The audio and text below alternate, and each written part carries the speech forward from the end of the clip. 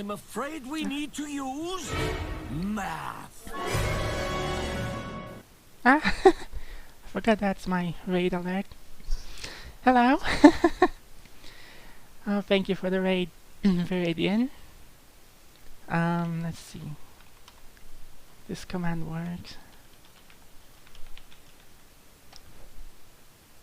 Yeah, it works. Hello, Easy. Hello, everyone. I'm Ariane. I'm gonna be continuing on Prototype. We're getting close to the end, sadly, but hopefully we'll still have plenty of fun on the way. Oh yeah, how are you guys doing today? Hopefully it's cool.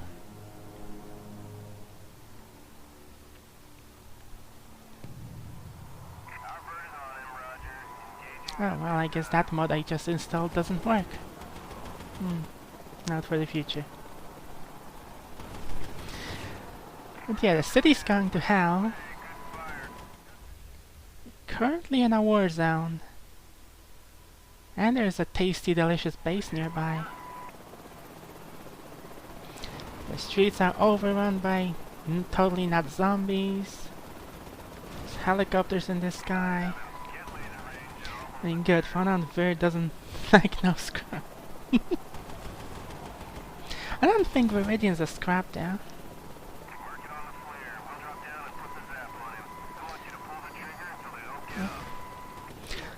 Just gonna invade this base and steal stuff from it. And by stuff I mean people's memories.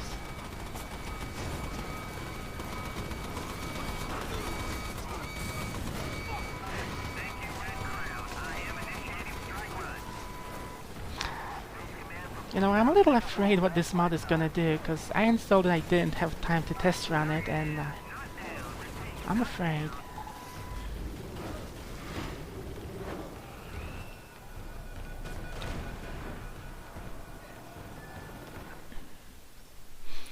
Anyway, let's have some food. Let's eat someone. Upgrade our machine gun skills by eating a machine gunner. Upgrade whatever this guy is. Artillery by eating a commander. Get an artillery strike upgrade. I think it's almost all of them. And more story. Sir, I need you to get away from here and get in me.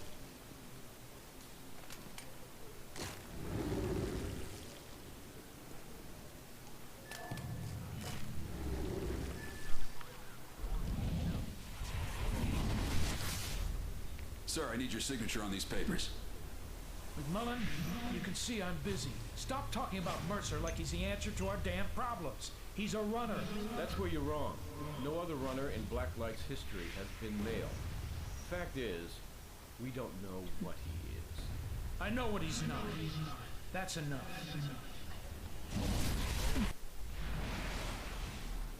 Hopefully this sounds alright.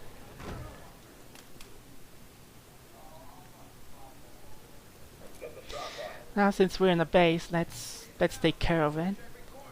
And while at it, I'm gonna have a look if this mod actually even works.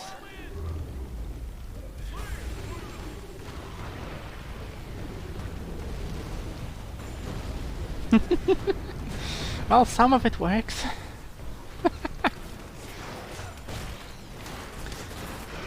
They found a Spider-Man mod for this game. Just why not? Was it supposed to be a Spider Carnage one?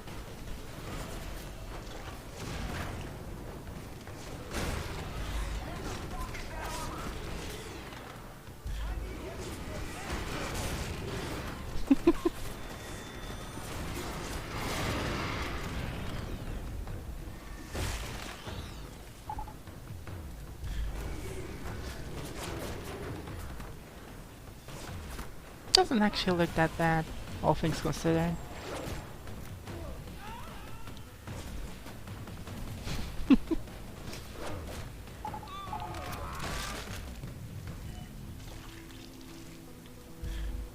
Last time I used a mod that altered the powers, it kept crashing the game.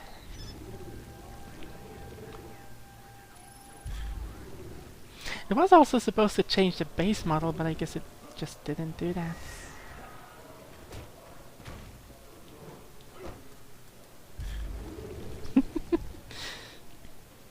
Just wanted to show off this silly thing before we go forward.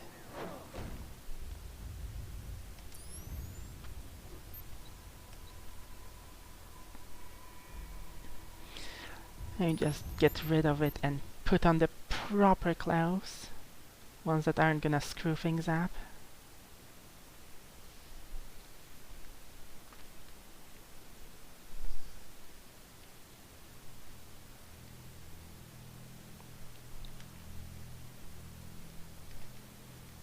Come on, OBS, you can do it. There we go.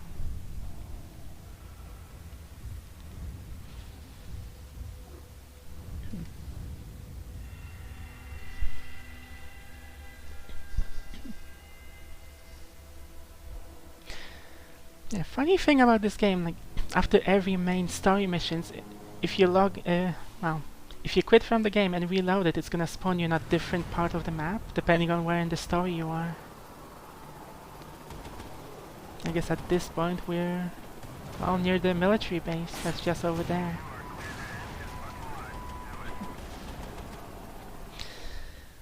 But we've got a mission on our hands, the last man. We've been getting tips from a masked military man for a few missions now, and I think it's about time we go meet him. Find out who he is.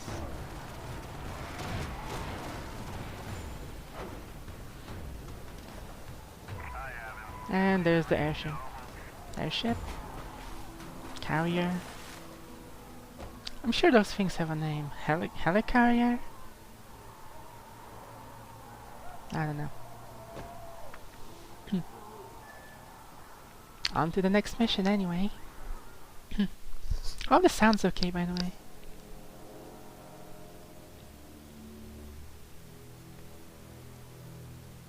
Thought it was time we talked. That's Cross. You don't want to do that.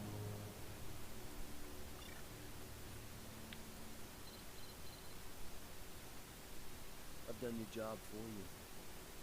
I've broken the back of the infection. In a few hours, this whole place will be glass. Even Randall's not crazy enough to move in Manhattan. You're wrong. He was at Hope in '69. He'll do anything to stop the infection. You help me stop him, you get your secret. There's no way to get to that ship without being blown out of the sky.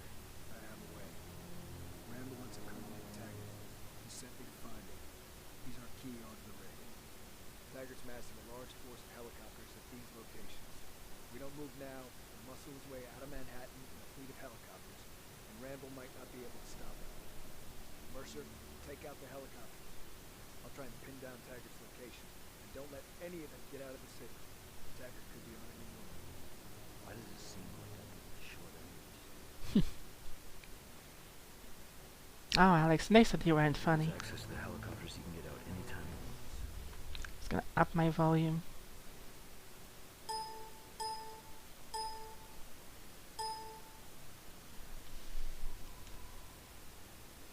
Fix that. I don't know, people falling into the blood red river. But everything's blood red at this point. Yeah, that's just because we're in an infected area.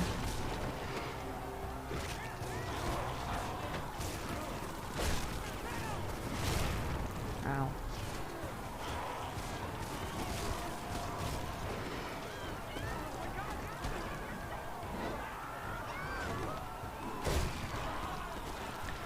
Come here, infected. I need some help.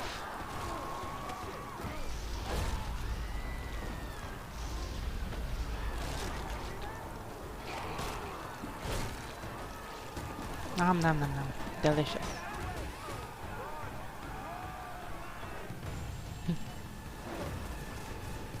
Taggart's aircraft are somewhere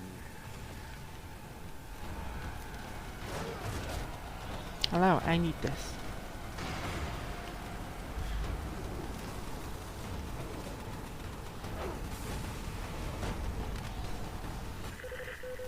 Urgent. Spin those choppers up. Clear the ground. Clear. Clear. Get ready for impact. And we're destroying those choppers so a certain commander cannot escape the island.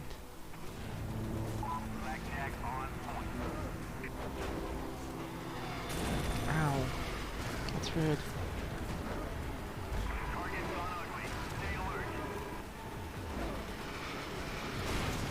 Ow. Yeah, thanks, camera. I'm trying to fix that. Nothing left.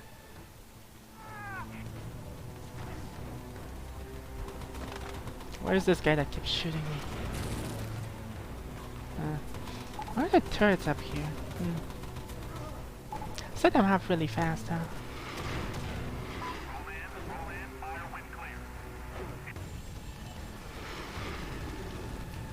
Everyone has to die. Everyone has to die.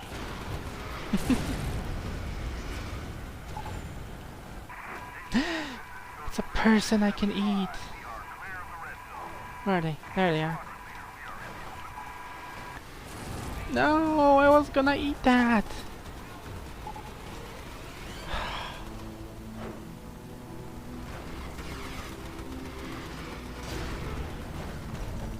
Which one's closer? They're both running away from me. The military sure don't waste time, huh? Just setting up those turrets, blockades.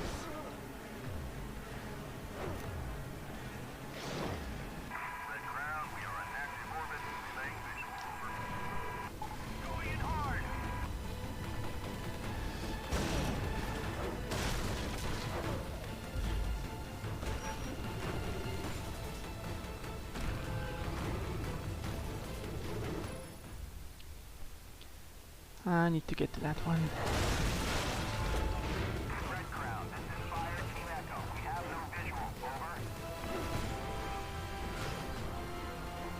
Hello, taxi. I need you.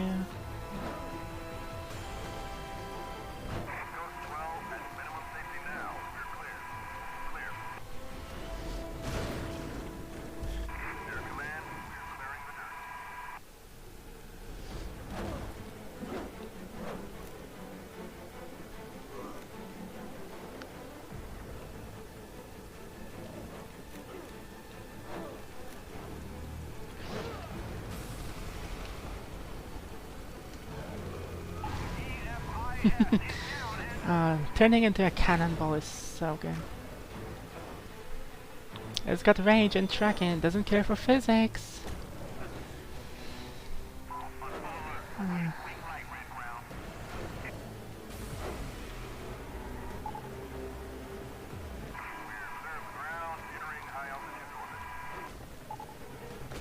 no you don't.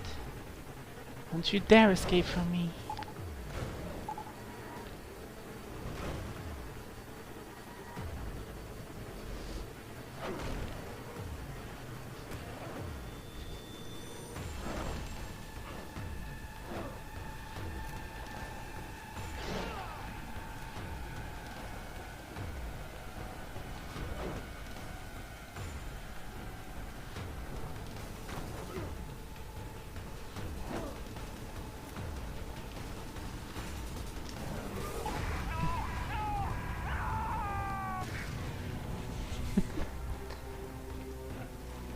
Those few taken care of.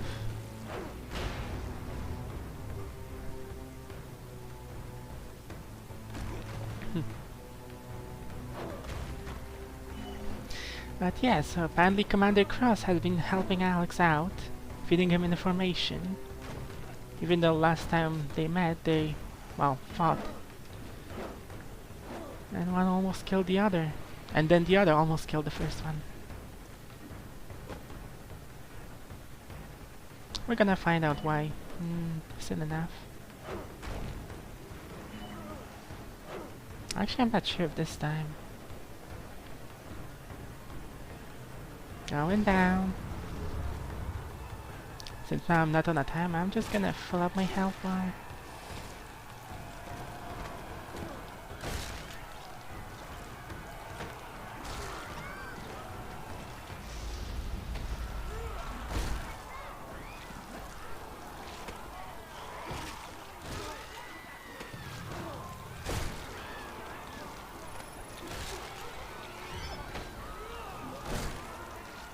Nom nom. It's like red and black spaghetti. If spaghetti used to be people.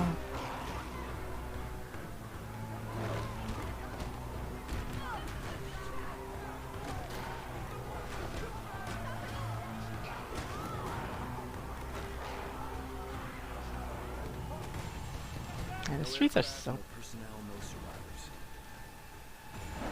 I was gonna say, the streets are so packed with NPCs.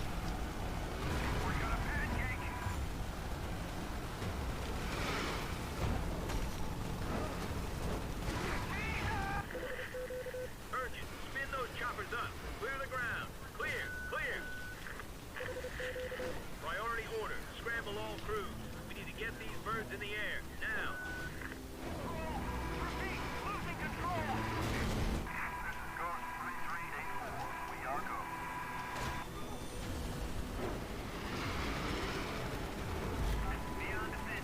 Oh crap. Did not mean to go down this time.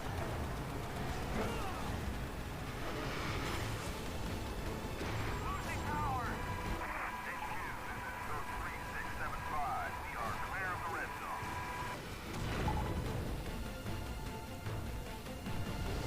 You may be clear of the red zone, but the red zone's not clear of you. Attack failed. Target is still standing.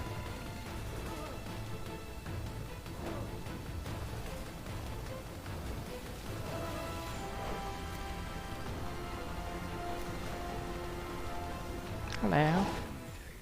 Damn you for making me do this. At least it sounds like Alex didn't want to kill all those innocent soldiers.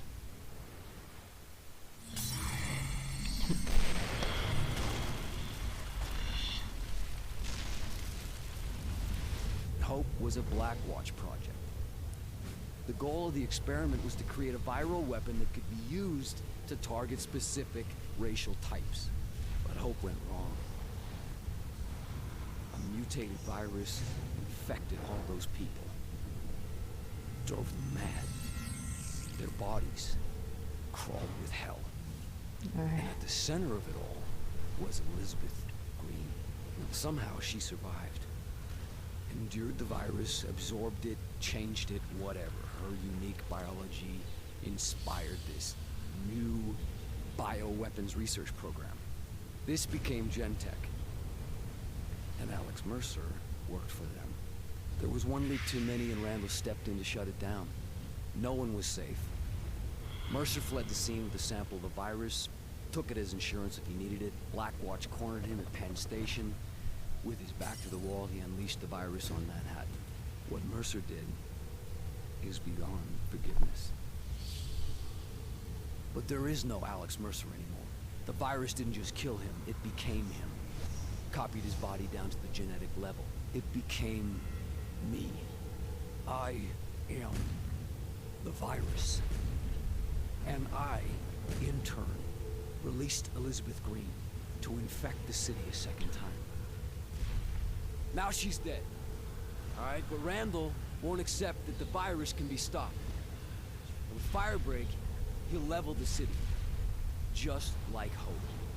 But now, Hope has one final riddle to give up. Green was pregnant when they found her in '69. What happened to that child? I suppose your answer is out there on the rig. Day 18, huh? All I know is... I'll get my answer from Randall.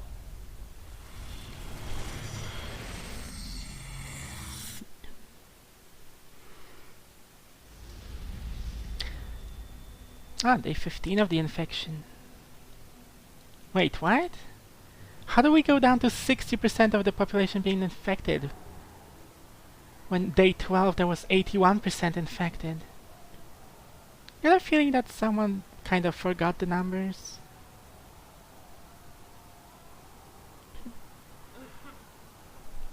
Because infected people cannot be uninfected. So... Then again, I guess if your population dies, that technically decreases the overall population.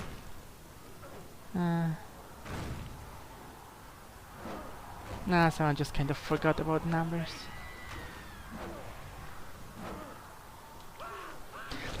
So yeah, that was a pretty good recap. Let's see what we learned from this guy. Are you telling me Washington can't do anything? They're declaring martial law. Don't they need... You listen to me, Harvey. They don't need anything. They're in charge. They've been doing this for years. To them, this is just status quo. This telephone call has been interrupted for national security reasons under the Emergency Powers Act.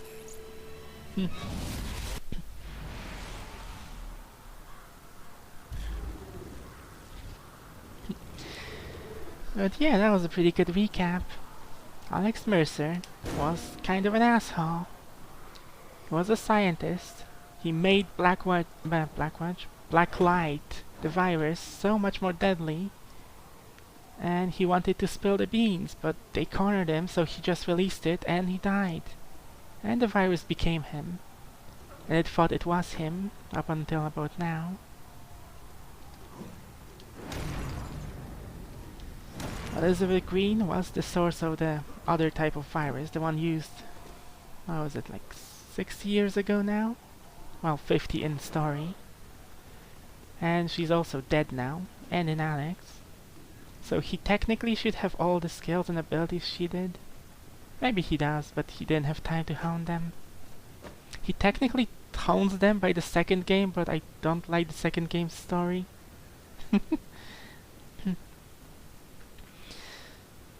And yeah, she had a child, and that was one of the dangling plot points that I was hoping the second game would pick up on, but it didn't.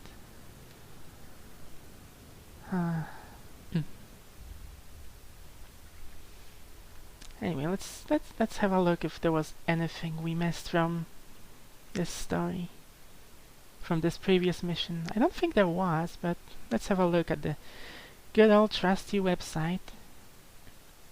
It has all the cut audio and stuff from it. Was it The Last Man? We're almost at the end. Which is kind of sad. And the site didn't load properly. Oh, that's gonna be annoying.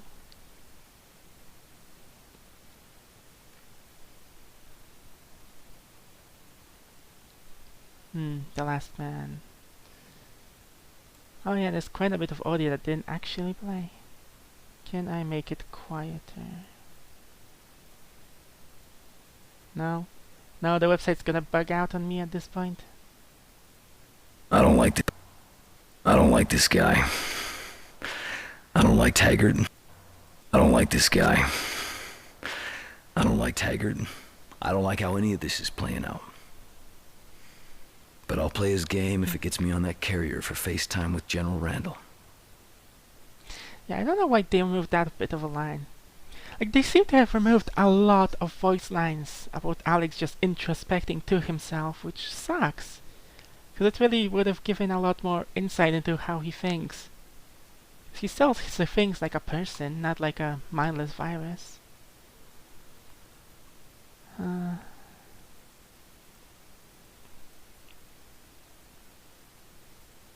This is not the last field base.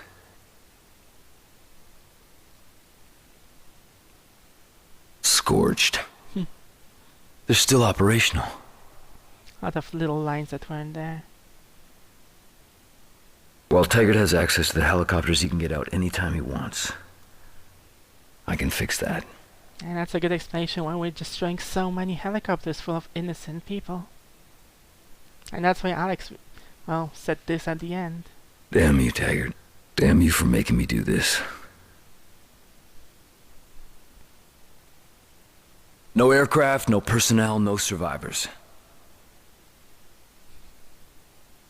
No way. Shit. No idea when those lines would have played normally. Oh, son of a bitch. Okay, that line should definitely have been in the mission. It's just funny. And all the other... yeah, all the other lines were actually used. So that's good on the makers of that mission. Now the next one, 2 tickets. There's quite a few voice lines, and we're gonna get to them as well after the mission.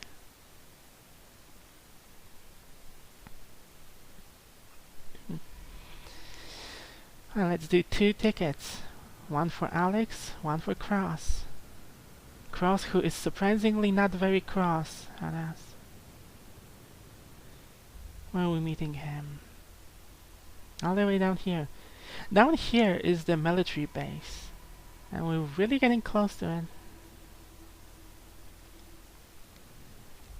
Over here, let's have a look at upgrades. What do we not have? I've got everything from powers. Everything from movement. Everything in survivability. A lot of unarmed attacks. Oh, there's one that need here.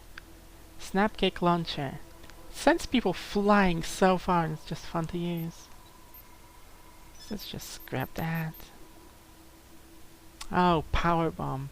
You can power bomb people as much as you like. Alright, let's see. Let's see the other section first before we power bomb people. Range patsy. Everything from vehicles and everything from weaponry.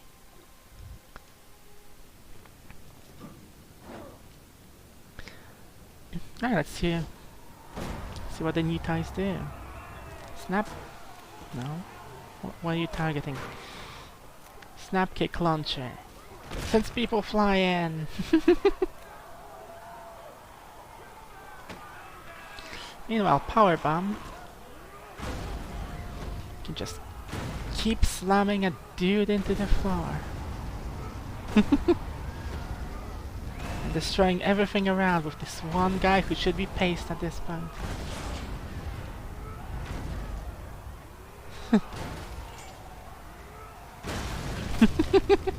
You could travel. Oh, never mind. The explosion launched him so far away. He's gone. And yeah, power bomb is another thing that didn't need to exist, but it was fun to use. Like, cause any human-shaped enemy, you can just kill in one hit, no matter what you do. It's so fun that the game gives you so many ways to just mess with people.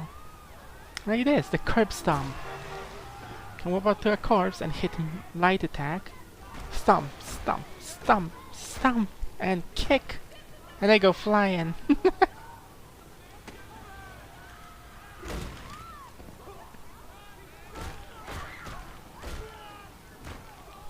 Like, this serves absolutely no purpose, because it targets specifically a defeated enemy. Although you can use it on a hunter which you just tossed over your head, but there's so little damage you'd be better off doing anything else. Still, it's just fun.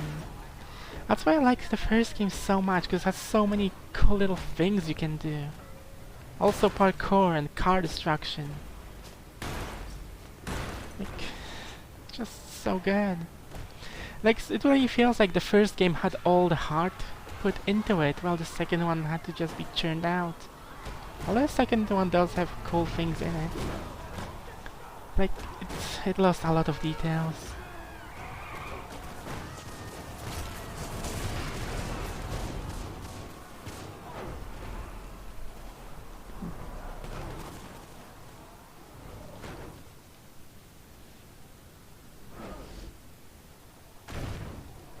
Okay, all this is still here from the last mission.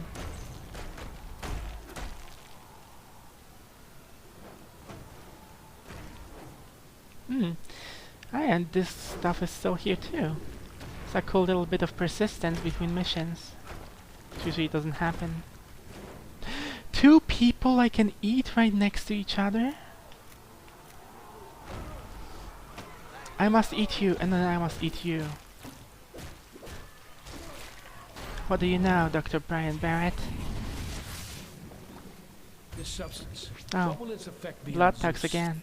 Mercer is different from the average infected, but he does share a similar biology.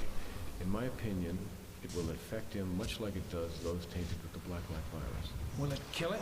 It's too soon to tell. Spoiler, now it did not kill him. Sir, come here. I need to know what you know. Raymond Vincent. Listen, you need to get out of there. We got Mercer on box, tracing. I don't care what they're saying. We got him. 30th and 7th, moving. On his cell. Sending the squad, plainclothes. Oh. And that was a memory from like right before he got gunned down and killed.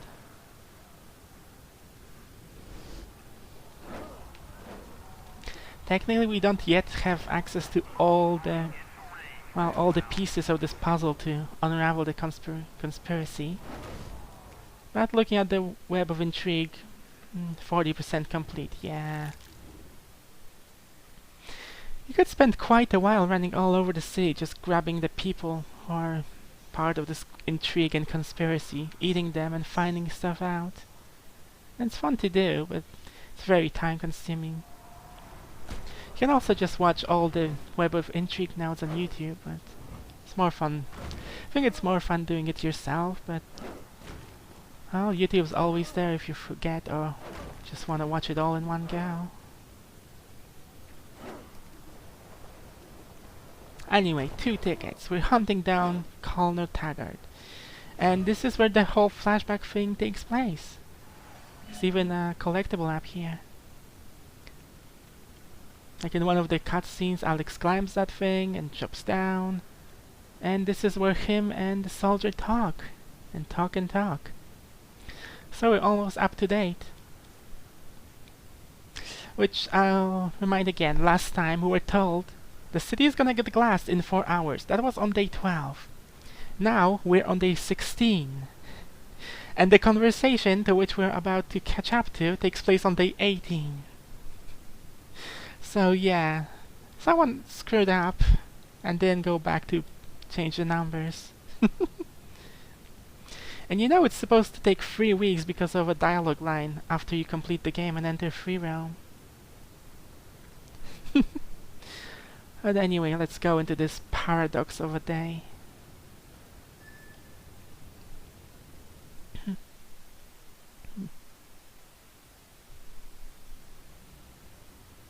Taggart's air power is crippled. He's gonna make a run for it on the ground. The rogue Blackwatch units are massing at one of his bases and setting up roadblocks to allow him to get to the Brooklyn Bridge. He'll try and push through there.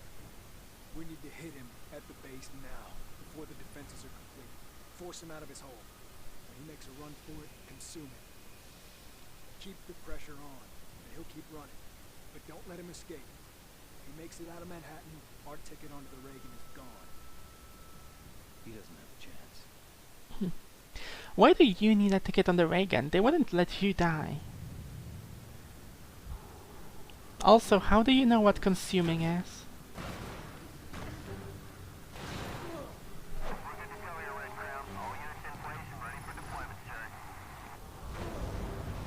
Cross is being really, well, uncross, strangely helpful, and yeah, he knows a lot.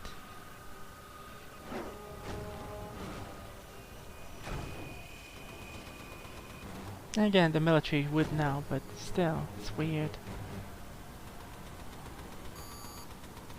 Alright, gotta destroy the base.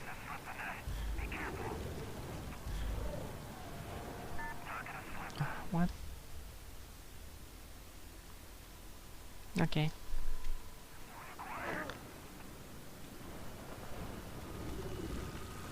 No. Oh wow. Yeah, this is a way tougher base. Doing like no damage to it.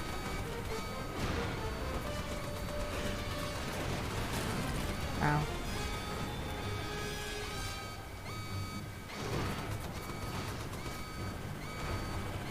Hey military, could you send me some helicopters I could appropriate? No, not super soldiers, helicopters.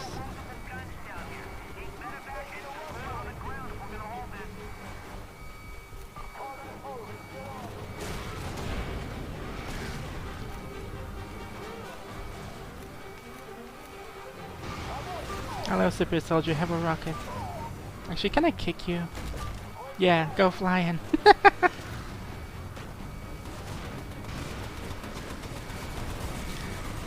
Seriously though, the military always sends helicopters after you. They always send a strike team, and the one time I want them to, they just don't.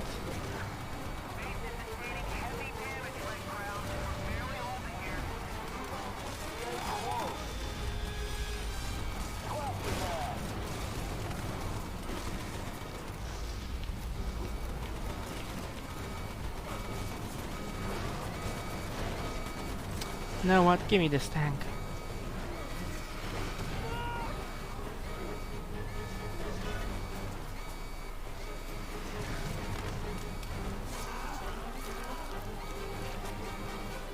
Spray jam everywhere. Ah, screw you. Might also be because on hard difficulty everything has more health, but come on. How much health can you have? It's a building! I'm about to flip this tank.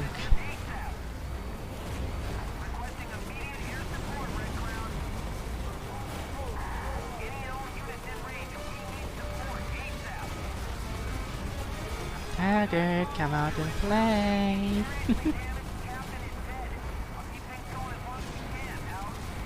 Captain is dead, huh?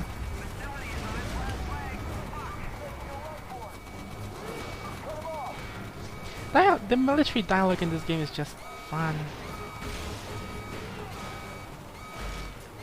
There's so much of it. Ow.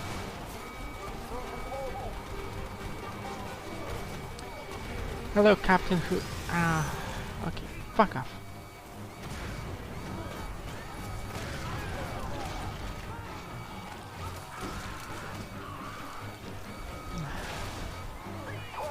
I need people. I need to eat.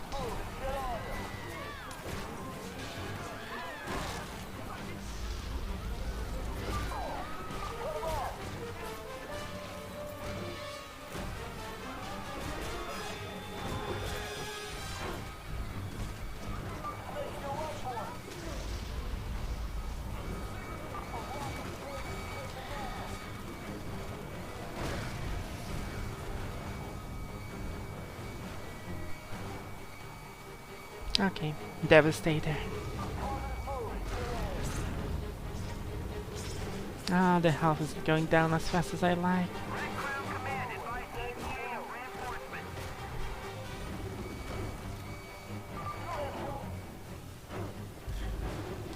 Go down! Like a living missile.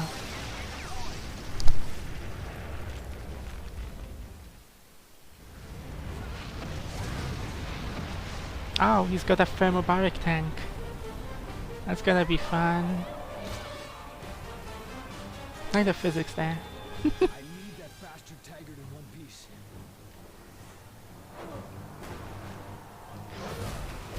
Ow, ow, ow.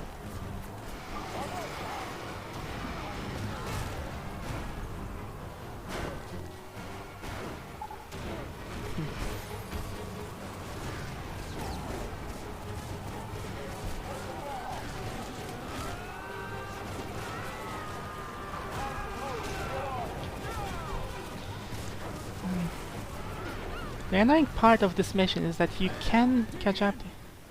Like it's gonna make a difference.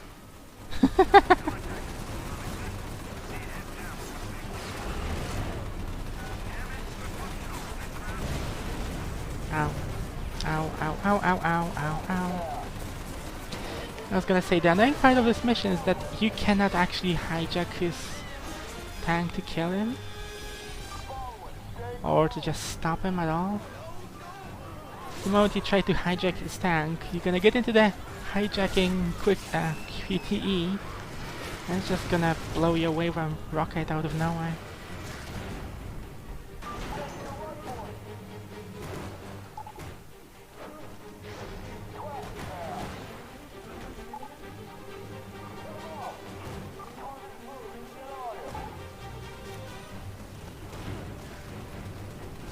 Meow. Definitely need the most powerful attack for this mission. Especially on hard difficulty, because things are getting stupid.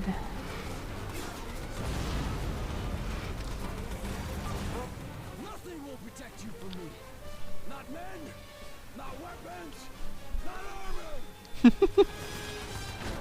Again, like, this is the only mission in which tanks are called armor. Like, not mission, the only game where tanks are called armor, and I don't know why.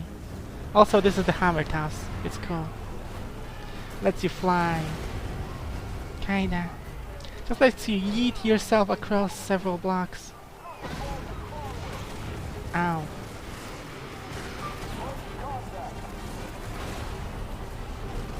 Yeah, hammer fists aren't nearly as useful as the blade. Which is weird because the tutorial mission teaches you that the hammer fists are the best weapon against tanks. Sure not.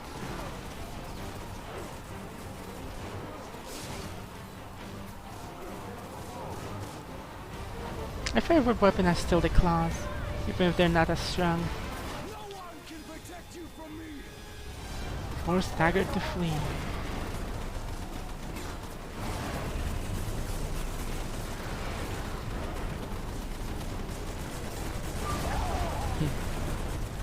Oh yeah, my favorite weapon are the claws because they're the fastest and they have the ground spike, which I just really like. It's just fun having like giant spikes erupt under your enemy.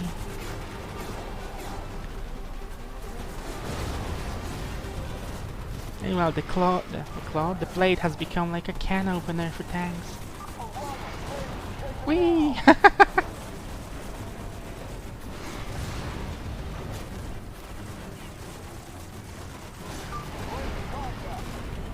Yeah, it's like tanks weigh nothing.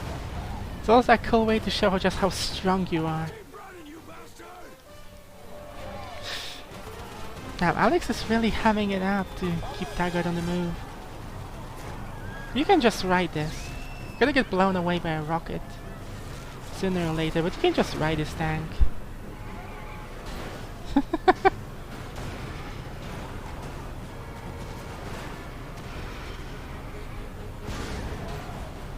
He too does not care about civilian casualties.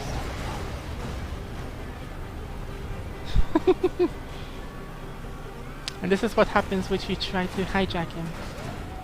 Since I'm already here. Yep, a rocket from the sky! Divine judgment says that Alex cannot hijack this tank.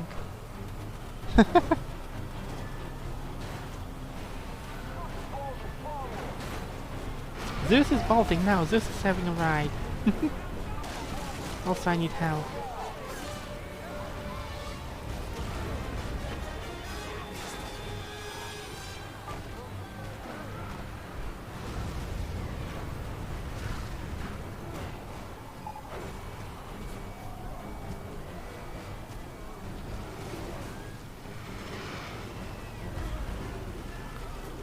You know what, let's have an animation.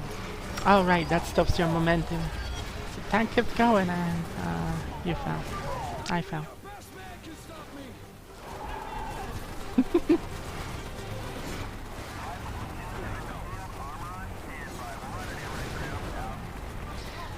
But yeah, I like how vehicles just fly around sometimes.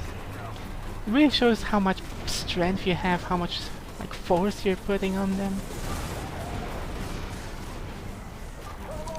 Same with like trees and street lamps just getting destroyed if you as much as run through them or jump through them or bounce off of them.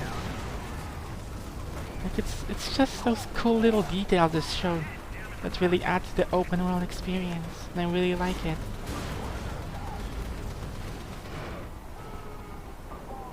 And all the stuff that's kind of missing. Whee! All the stuff that's missing from the second game, which is I don't like it as much. Taggart is heading for the bridge. Consume him now! Look, I'm there! And now I can hijack him. Hello, Taggart.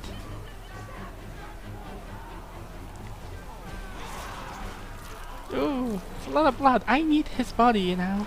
Then there was one. Then there was one. All of this, everything here, we've been preparing to fight the wrong war. We can't beat this. We need to pull out and deal with it at a distance. Taggart, I put you in charge because I trust you to do what needs to be done. Cut the heart out of the infection. Sir, the position is untenable. These things, they're beyond our abilities. I don't want to hear one more excuse from you. You get your ass back into the field and get it done. Or don't come back. Or don't come back, huh? So I've got a feeling we're about to get another cutscene. I'll recap. We were on day 12. We had 4 hours until the nuke strikes. We skipped to day 16 somehow. And we're the cutscene, the flashback cutscene's on day 18. This one. The last person responsible for all of this dies tonight. If we make it out of here, you think you're ready? I was made for this. And this is from the very start of the game. This line, this little exchange. Citadel Command, this is Captain Cross. Mission accomplished. I have Colonel Taggart in custody, ready for extraction.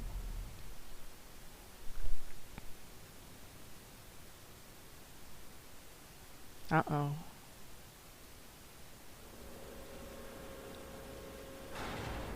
Oh no. Taggart's order led directly to the collapse of the central blue zone. Welcome home. Operation Red Light is over. Wasn't L capitalized in red light? Alex just got shot in the head, but don't worry.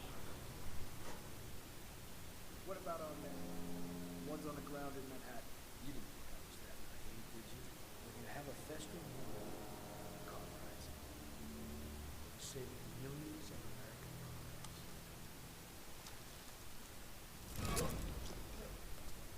I won't let you erase New York like you erased hope. Let!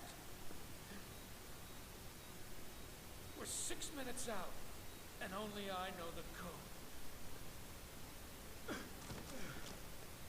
You were at Hope, Idaho. You took something from Elizabeth Green. I know what Black Watch has done. Because everyone I've killed, they're in me. They are me. That's how you... Yeah, and he consumes him there. I've stopped this damn thing before. Stopped it dead. Hope Idaho was just a sacrificial lamb. Necessary cruelty. Shoot anything that moves. No one comes in, nothing gets out. Sir, the walkers have sealed themselves in the hospital.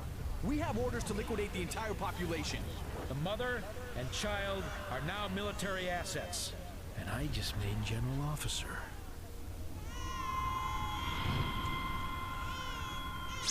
And that's how he lost his arm. Got bit and chopped it off. I guess I'm finishing this today. You could have stopped all this. When the weapon detonates, and they think the infection is cleansed, they won't be looking for me. For you. Soon I'll be able to withstand even this.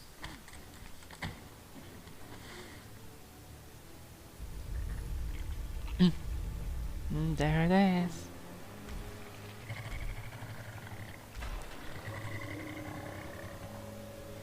That bugger just won't die.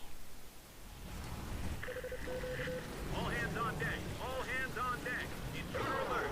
Newt is in barn. This is not a drill.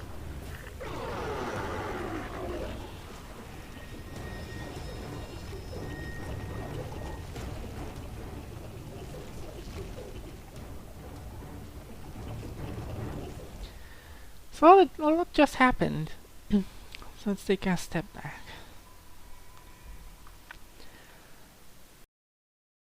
I think the worst part of it is that I had a lot of things happen for well, I had a lot of things planned for the finale. I guess it's happening now. Okay. So a lot of things happened there. Randy Cross is the Supreme Hunter, which he wasn't before. Let's see. Gotta open certain folders. 'Cause I've got stuff for this. So apparently, the Supreme Hunter regenerated. Well, we saw him regenerate after Alex stepped into the goop that he became. And he had time to consume Captain Cross somehow. So let me just add a few things to OBS if I can.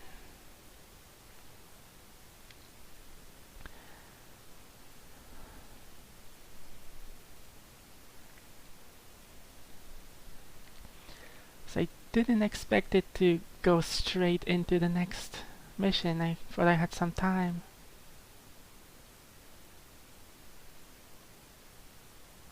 What is this image? Okay, I'm gonna keep that here because this is gonna be relevant. This is the close-up of the map that was delivered to Randall at one point, immediately after Alex escaped the first fight with the Supreme Hunter. Because this gets stupid. And I want to show just how stupid this is.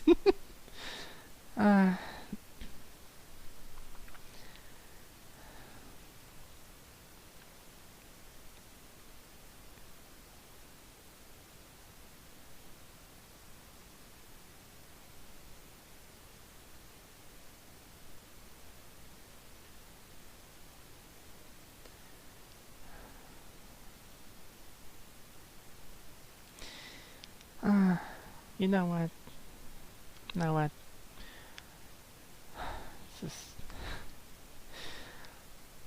This is dumb. How do I change that?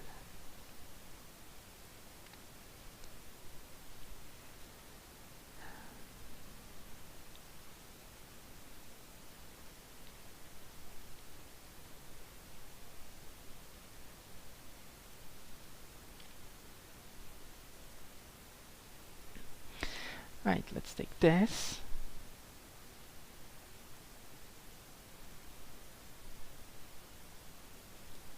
This is the map of the game.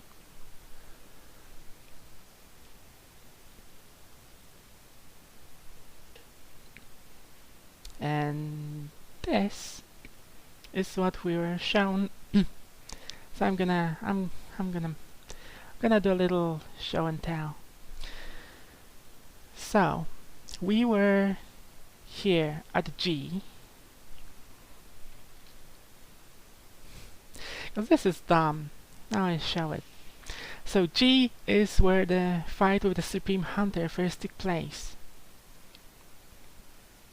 Yeah. So from here, Alex killed the Supreme Hunter, rescued his sister Dana, and we can just assume that he was running at human speed so that he didn't, well, hurt his unconscious sister. So he would have to travel all the way here, through Central Park, and all the way over to R, which is Dr. Raglan's clinic. So during that time, as he ran across the city, somehow the Supreme Hunter got back together from Goop. Apparently, just like Commander Cross was probably in the area somewhere, and he made his way here and investigated the hive that was, well, recently cleared out by Alex, and somehow got ambushed by the Supreme Hunter despite his decades of fighting the infection, hunting infected stragglers and killing them. He was ambushed, consumed, eaten. In that time, he got ambushed, he got eaten, so Supreme Hunter became Cross, and in that time, he went all the way Let me just pick a different color for him. Yellow. No. Let's go with purple. Can you see purple on this map? Sorta. So the Supreme Hunter went all the way down to the military base, across the city, in diagonally. In the military days, he had time to pick up restricted files and plans on what the military has for New York. He had time to go here and plant a cell phone. Go here, plant a cell phone. Go... Where's the third location? Go here, plant a cell phone, and go here to plant a cell phone. Okay, let's give him some credit, probably in that order. But he couldn't know which order Alex would go in and grab those. Also, this doesn't quite line up with the map that we're given. Because he also had time. So after he planted those cell phones, he then somehow went here, all the way here to Ragland, past Alex, to deliver this annotated map to the doctor, to the good doctor, so that he could know where to send Alex to pick up the phones, so that he could contact him. The Supreme Hunter did all that, bounced all the way across the city, and back, and again, all within the time in which Alex just had to run across the city, across this way, and back here, and he was in a hurry. Even if he was running around the streets and not using his super jumps, super speeds, even if he was sprinting at the top human speed. Somehow the Supreme Hunter did all that and got through all the military checkpoints needed to go back to the military base. And you see why I said it doesn't make sense?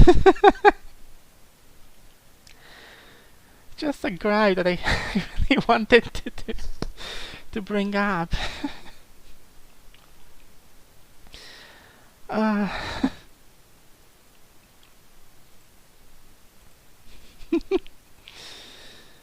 Okay.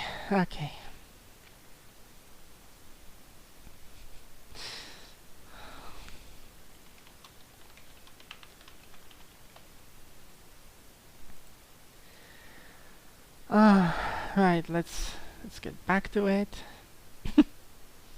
Let's kill the Supreme Hunter again. Ah!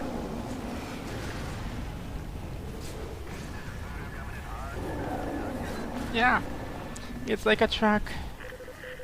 Target update. All points, target update. We He's have fast. on the Reagan upper deck. Targets will be marked. Make that first approach count. He's got Devastators, which is painful. Tornado and Ghost element. Clear the deck. Clear the deck immediately. Take off and enter engagement orbit.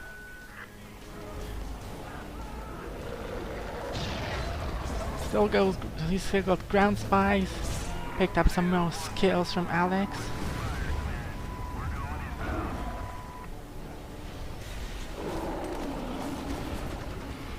Come on, I need to eat.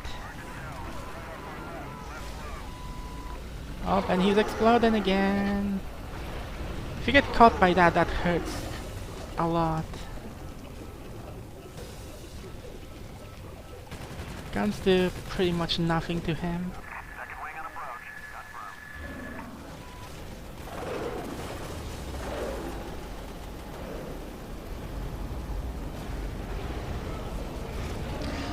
Critical Pain Devastator can tickle him. And to pummel his head.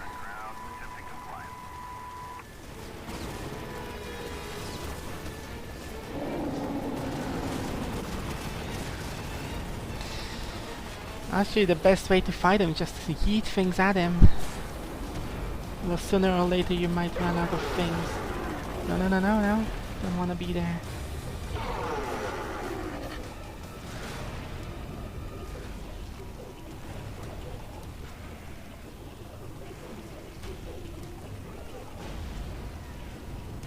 Second wing on approach. Confirmed.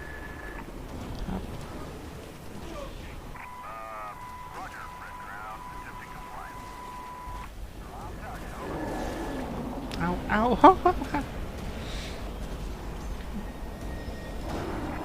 That is also the only time jets are actually flying around. Not that they're much help, but the father device, that's what you call a nuke.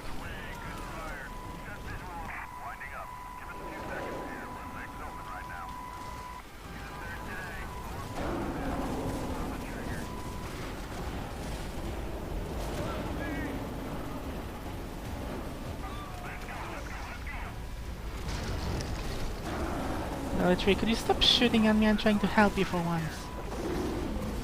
Ah.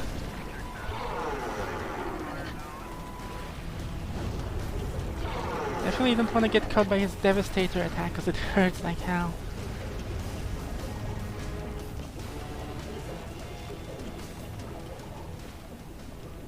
How did this one guy survive? I don't know, but he's in me now.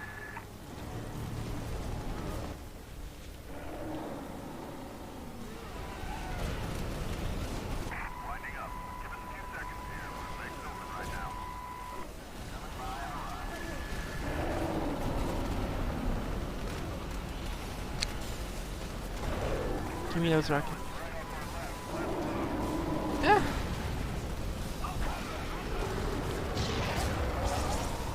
No. Ah!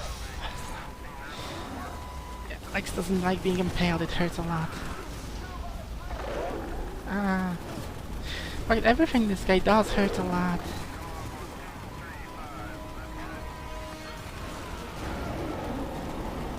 Then again, everything Alex does hurts a lot as well. He's about to explode again.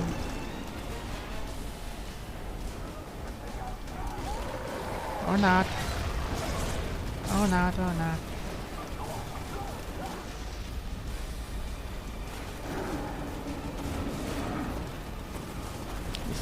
Still can't really do air attacks against him.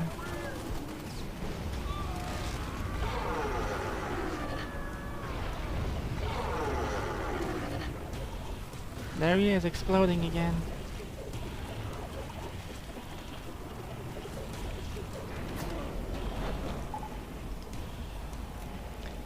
The best tactic really is to just yeet things at him.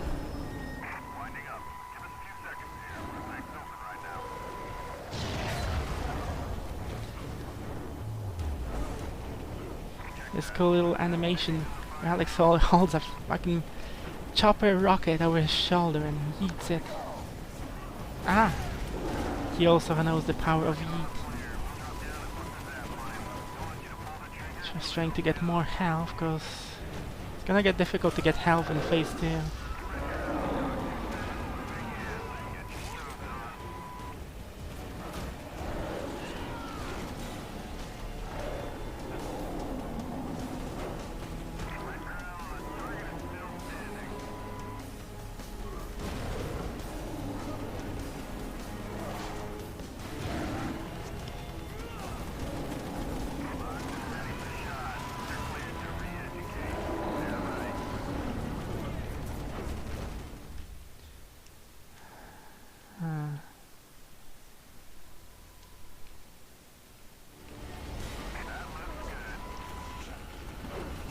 Hello.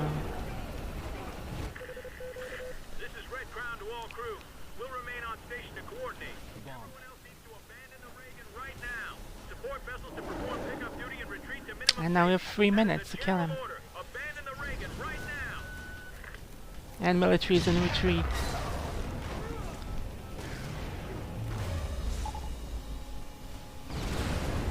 Gotta yeet things at him. Harder than ever.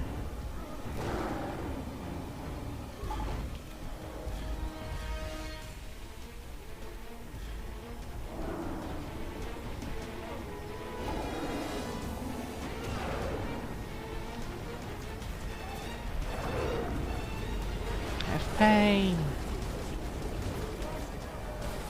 Let's see what consume I do. Oh well.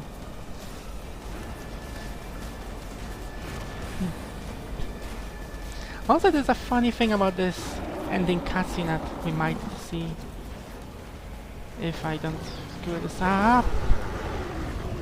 Ah!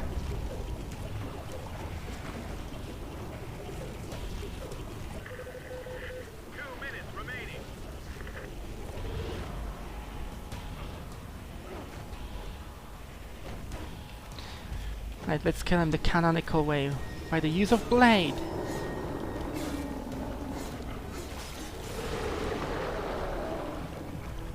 Because Alex chops him up.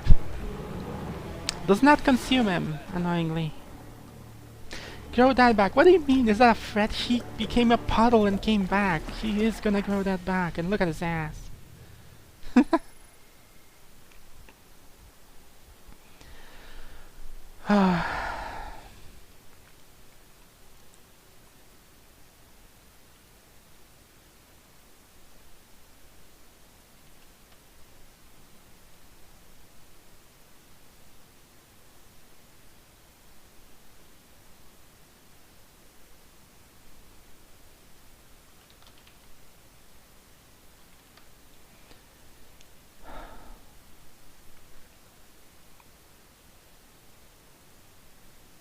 I guess it's just me now. Anyway, here's the ending.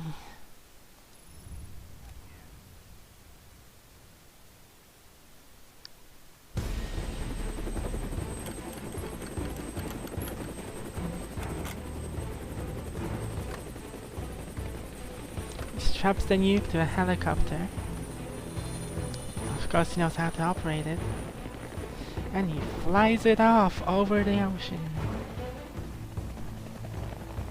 Of course it's pitch black, so you can barely see what's going on. I can see he's on fire.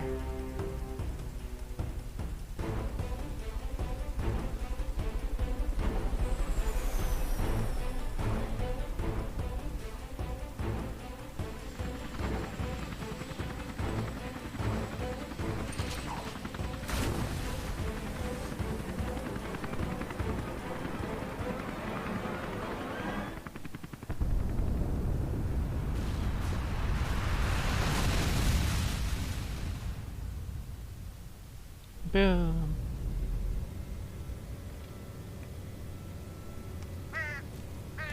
Hello, crow.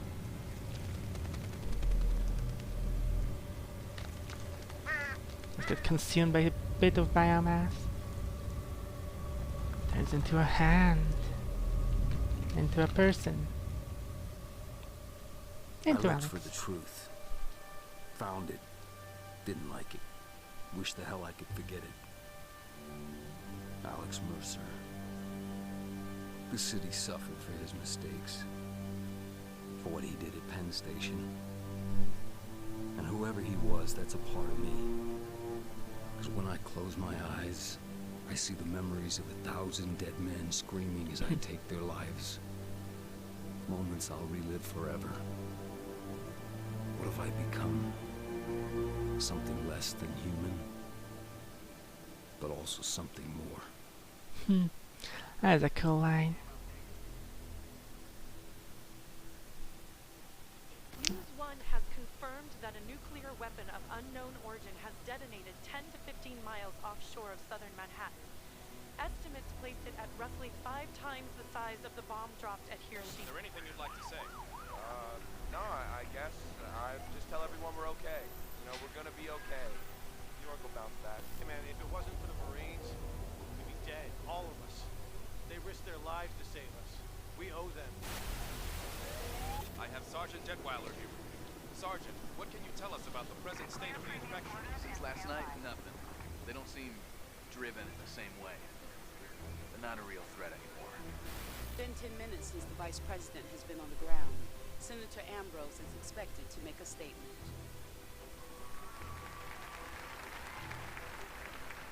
New York has weathered the first act of biological and nuclear terrorism in the history of the world. It is a testament to the men and women of the United States Armed Forces that New York is still standing. We will find those responsible. We will drag them out of their hiding places, and we will make them pay. Wherever they are, whatever weapons they possess, they will learn the final lesson.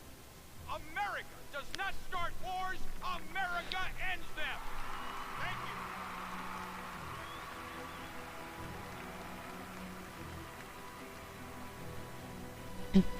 I just wanted to let that play out. So how exactly do we go from this Mercer to the one in the sequel? Well, the secret is poor writing. But now, before Prototype came out, they released a series of a short series of Prototype comics, and one of them followed Alex Mercer after what happened here in Manhattan. So in one of those comics, and Alex went to travel the world to see, well, to try to find himself, because he's not human, he's a virus. Was trying to figure out what he is and what he could do, like find his place in the world. So he went traveling, he went becoming people, watching what happens. It's like I think in one of the parts it said that he single-handedly destroyed an entire drug cartel on his way through Mexico. Very popular and very bad. Ah yes, that we explain shit in this series of books of comics you're writing. Yeah, unfortunately. But yeah, it's in those comics it said that Alex was traveling through the United States. He wound up in, I think, Canada or Alaska. He consumed a criminal who was hiding there and took his form and decided to live there for a while as a lumberjack. And he made friends with the neighbors. So he thought he finally found peace. Well, up until the neighbors turned out to be, well, the neighbors who were outwardly very friendly and kind people turned out to be in with the criminal organization there. And a woman who was getting close to him decided to shoot him in the face to steal the money that he took from after destroying the criminal gang and killing them all. And that's what broke him. Virus, 3 weeks, millions dead. And I was there. My name was Alex Mercer, and my work is almost done.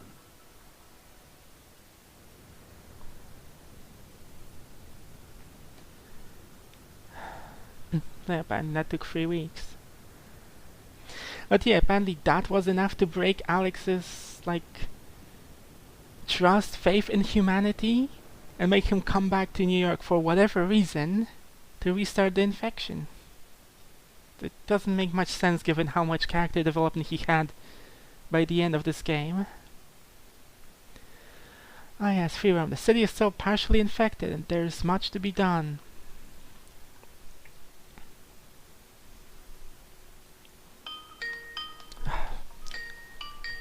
One moment.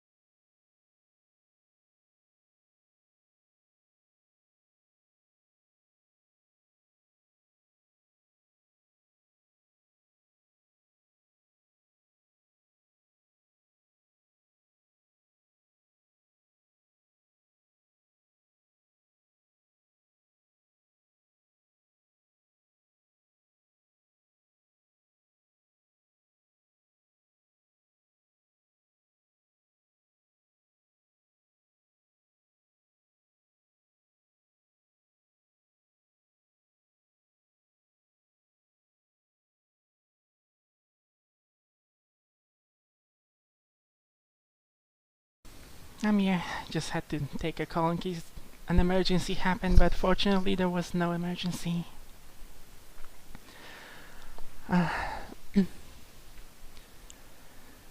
Yeah, no, that doesn't make sense. That's dumb. It's even dumber they explained that in the comic series. Yeah.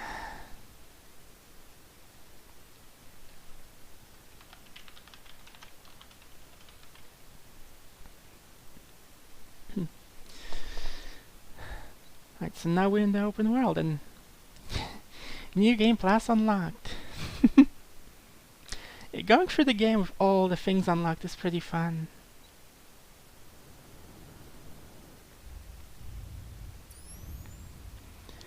I'm gonna save the game just in case.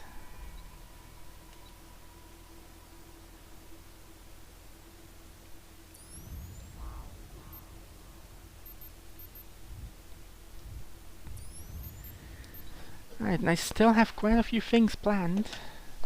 Let me just close that.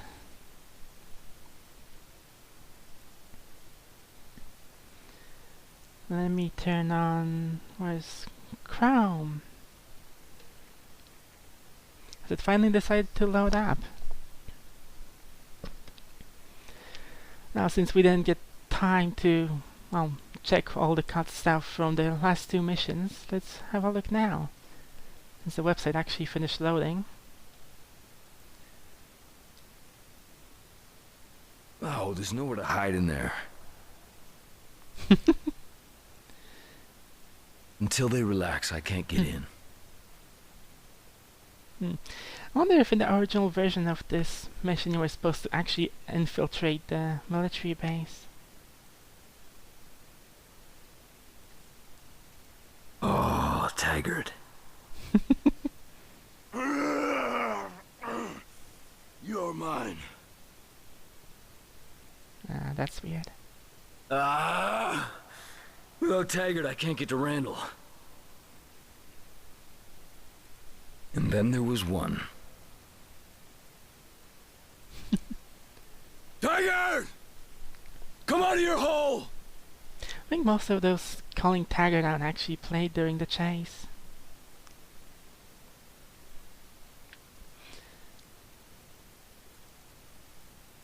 Not even your best man can stop me!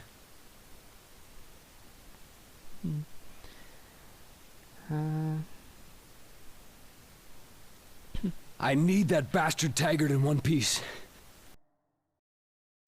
So yeah, most of those actually played. I'm surprised. Taggart actually has a lot of lines that I don't think we heard. This is Taggart. We're 1 mile out. Taggart here. Are we good? Delivery boy here. Package in place. Are we good? That's Zeus. Unbelievable. He doesn't sound impressed at all. He's still with us. What is keeping you? Scrape him off. We don't have to kill him. Just get rid of him. Cripple him and get us clear. Seems like the scrape him off line would have played when you try to hijack Taggart's tank, because it makes sense. My God. Get this thing off me. Back scratch. Give me a goddamn back scratch. He's on the hull. Clear it.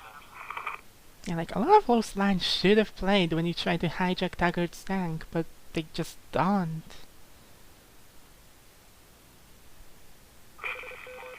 Strike this position. That's an order. He's all over my position. Get me air support. All units, this is Colonel Taggart. The base is down. We're moving out now. All guns on Zeus. This might have played. After 1,000 suns. And these are actually marked bold because they definitely don't play. You. I killed you. I guess I have to kill you again. That hurt? Die! Die! Again? The hell with you! Time is running out. Gotta move faster. You know, I'm pretty sure this one also doesn't play.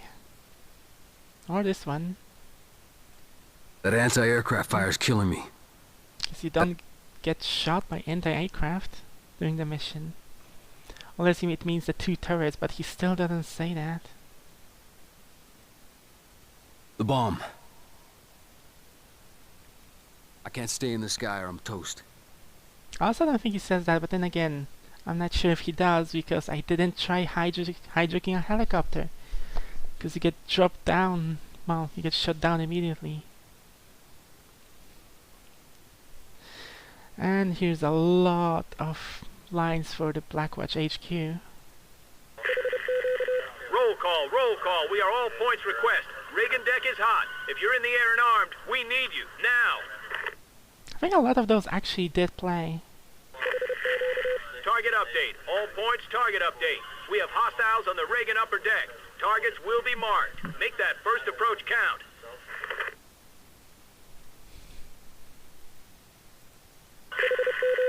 Oh my god! It's not good when your troops call the command just to say, oh my god. This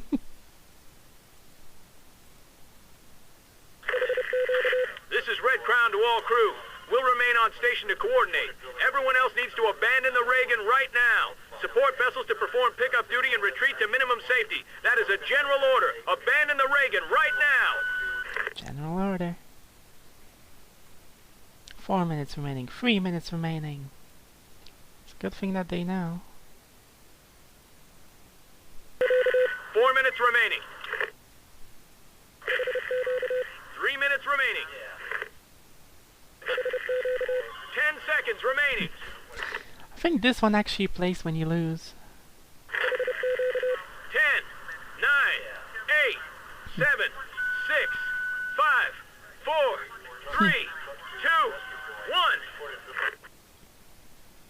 1. You can actually run out of time if you don't kill the Supreme Hunter in time. And then what happens is, well, the nuke goes off. You get a cutscene for it actually. The nuke goes off, it burns a good chunk of New York, and, well, presumably everyone dies.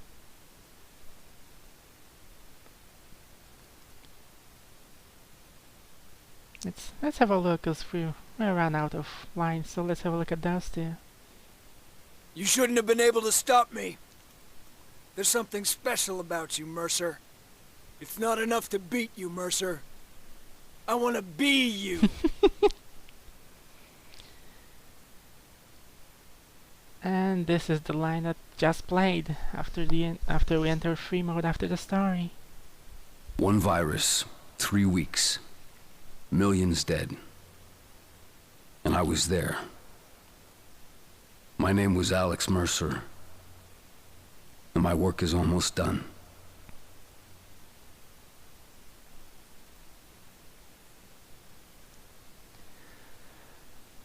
Okay. Let's see. What's this? Nothing.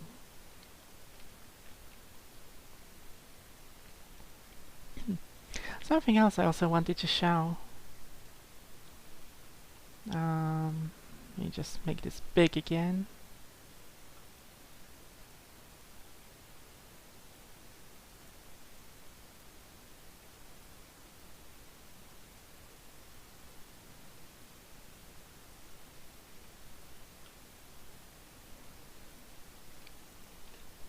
This is the Prima guide. Oh, just gonna move it lower, lower, lower.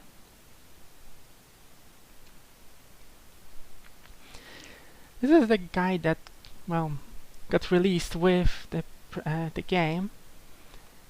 It has a lot of overview about missions, about all the game mechanics, all the locations, starting and ending. How to beat them. Well, that's not what we're here for.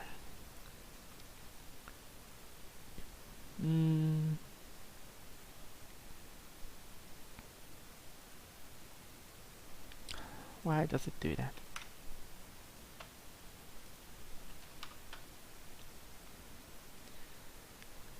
This is just what unlocks when. And what we're here for is here. Classified information.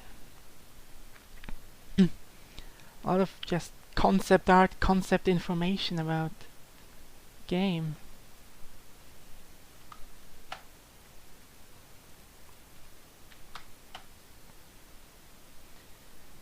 If you fancy any of that, could go through them. Not sure if you would like me to read it or not.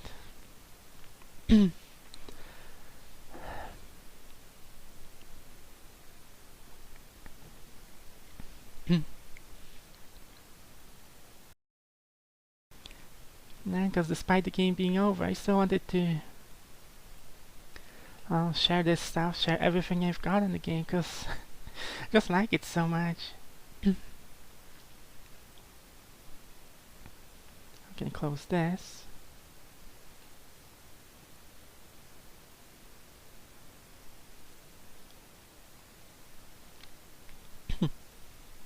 So let's read an overview on the prototype, or what used to be Alex Mercer. Prototype is the result of genetic experimentation and manipulation. He spends much of his time in human disguise, identical to the physical form of Alex Mercer, but without any of his memories. Or without most of them. Can instantly shift into a powered form, a shape-shifting being of nearly limitless power, potential and power. What happened to Alex Mercer is a mystery, even to the prototype. A mystery to be solved. In his human disguise, a prototype is a quiet, intense, oddly imposing figure. He's easily overlooked in the crowd, but when he makes himself known, he's hard to miss. The look of superiority in his eyes often betrays his true nature. He's not fearful of alarms and would send the average man running. Heights, gunfire, and explosions don't even faze him. He moves economically and even seems perpetually in control of his body. Yeah, he moves economically, hence all the cool parkour moves. He also shows off with them. He projects a quiet sort of confidence through his actions rather than words. When he does speak, it is profound, shocking, or displays a wry, biting sense of humor. Yeah, it would have been cool if that was actually in the game. Unfortunately, all the humor got cut out. Well, this is the concept write-up. It is not unusual for people to mistake his silence for not paying attention, a skill he often exploits. He is mistrustful of most people and views the world through the eyes of a predator. He's a creature motivated by what is missing, a history, a life, a clear chain of events leading up to the present. He will do anything to recover those and restore those memories. He feeds on his past. It's his lifeblood. But such food is often overwhelming. Strong memories cause him to enter a state where the real world fades out, momentarily replaced by only memories. In this state he is eminently vulnerable. Yeah, it happens every time you eat someone from the Web of Intrigue targets. Also, that should not be showing. There.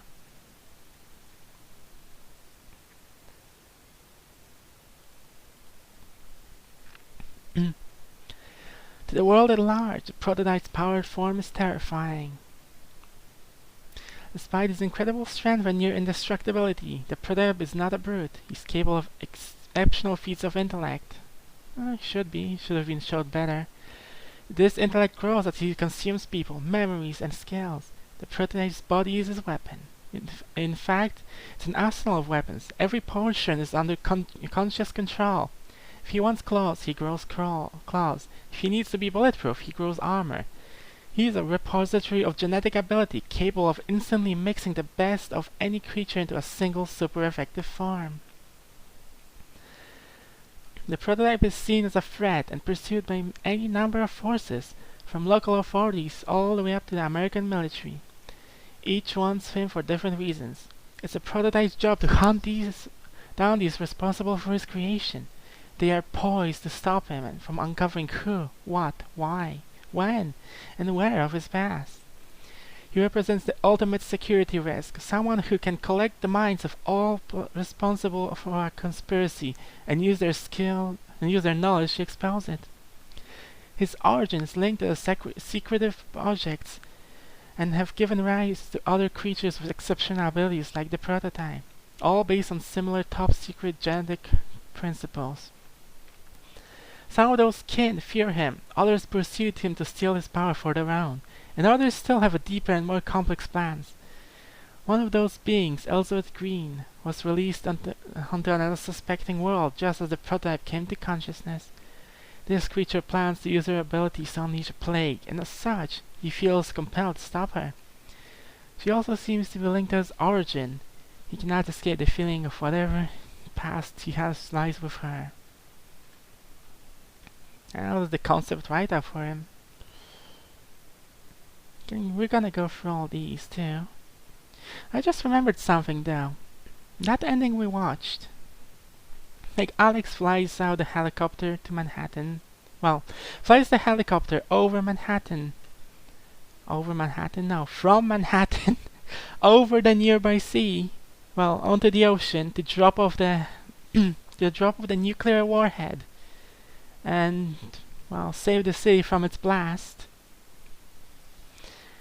And he's presumed dead afterwards. So that seems a bit familiar. Seems a bit familiar. Can you place when that happened? Cause someone sure did. And let's watch it.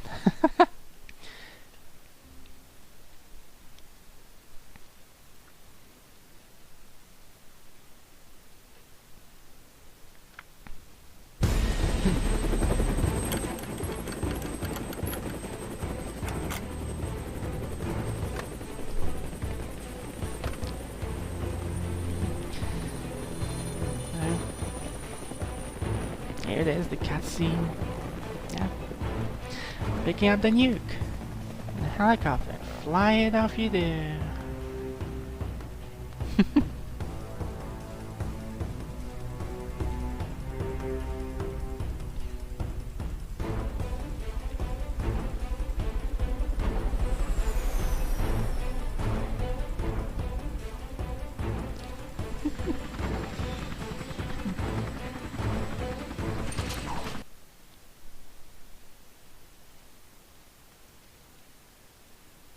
I had to check if my stream was even playing, cause yeah. Anyway, back to this. There it goes. And then the nuke goes off and supposedly kills him.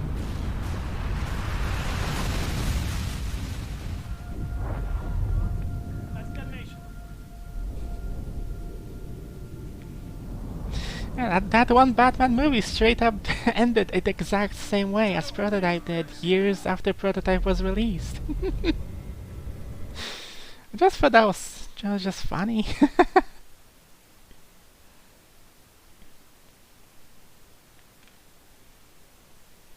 It's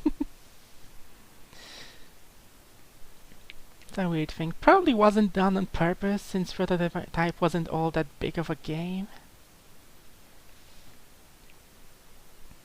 It's still funny that of all movies, Batman ended in the exact same way as Prototype did.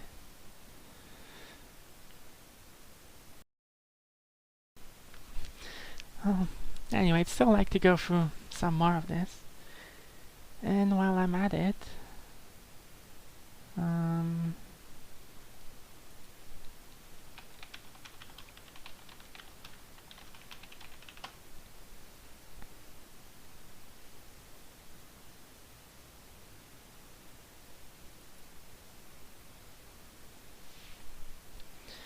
sure I had a bookmark where to actually get this, because I wanted to link this PDF to people, because it's a cool thing to have.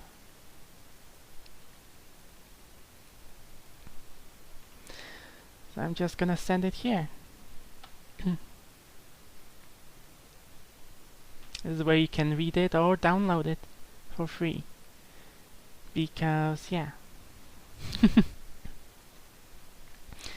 Anyway, here's more of Alex's concept art. Once Alex's outfit was agreed on by the IP team, the next order of business was to outline some further variations. We had already selected 2 hairstyles that we wanted for Alex. At this point we had still planned for Alex to have his hair gradually shift to white by the end of the game. Why? Who knows? You can also clearly see that Alex still had the red infection on his face from where the vial was broken. We're also wanting Alex's model to have as much flair as possible, so his jacket was longer and his hoodie had drawstrings which would flap in action. Here's also the symbol.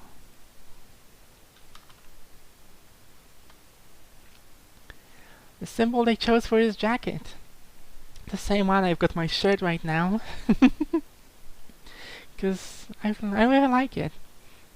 This symbol is supposed to be both like tribal wings and 2 dragons like facing each other, supposedly. So he's got both detailed and simplified, even though it's hard to read in such a zoom in. Fortunately, there were some people who, well, were fans of it and did a high resolution version of this, and that's why I've got on my chest.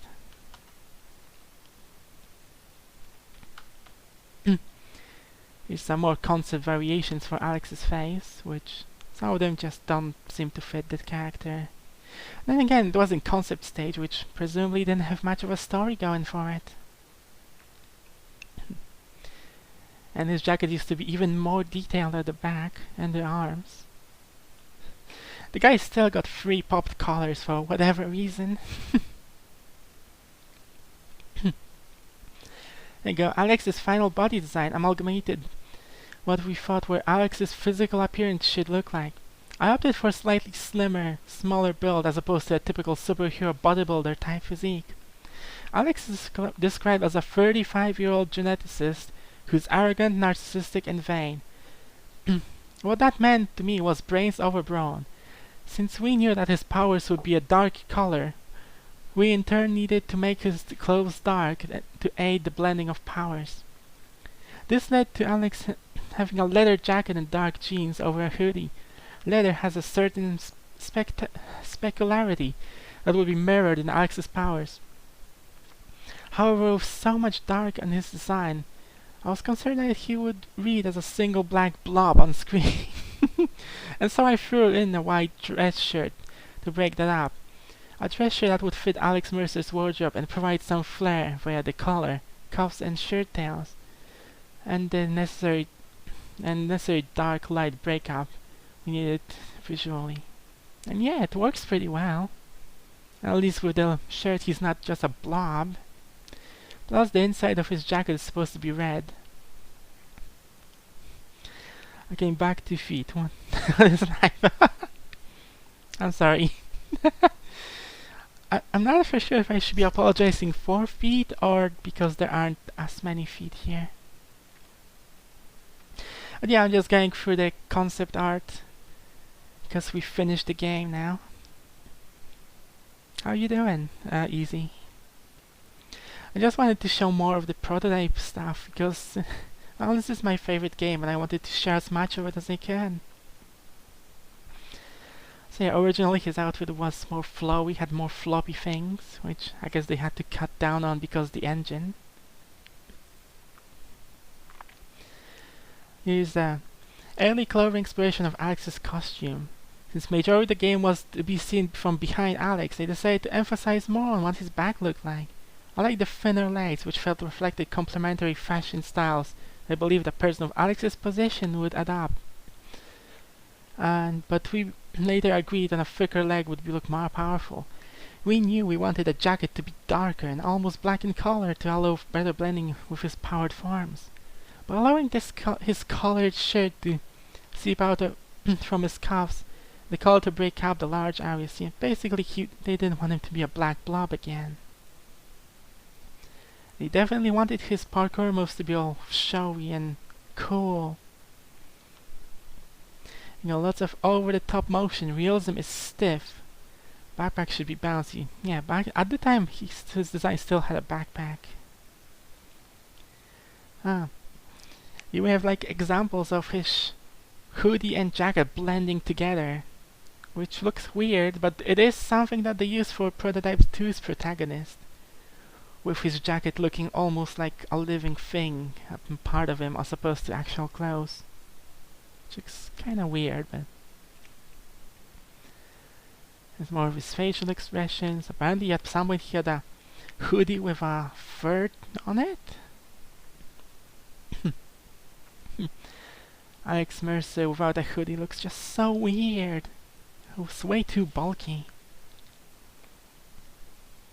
And there's more rejected designs of him, where he looks more like Agent 47 if anything.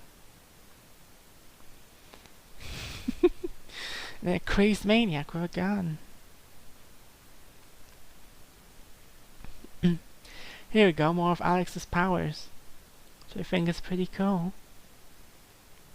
Some of them look like razor blades, some of them look like he's on fire, on ice, blades coming out of his arms. These are the initial concepts for Alex's claws and blade arms. What was apparent at this early stage of concept was that Alex really wasn't a person, but rather the virus itself taking on the shape of a man.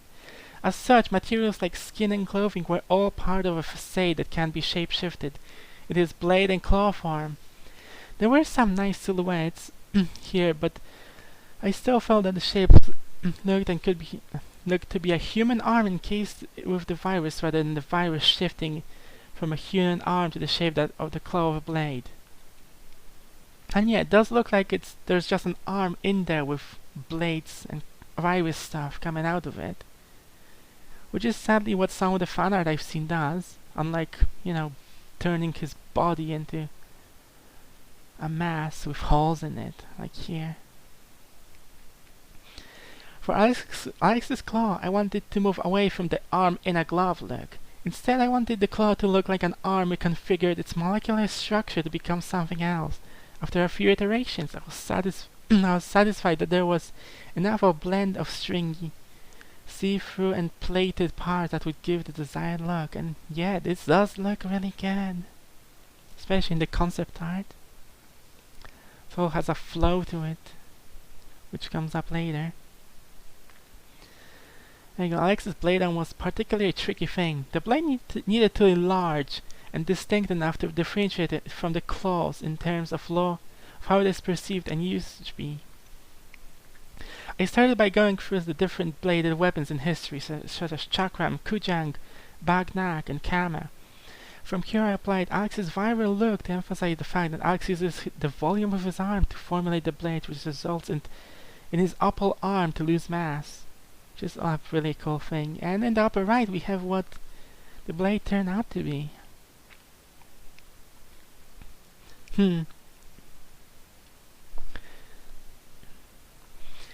Alex's hammer fist, which actually I didn't use that much in the game because they weren't as useful as the blade, but they're still pretty cool for crowd control.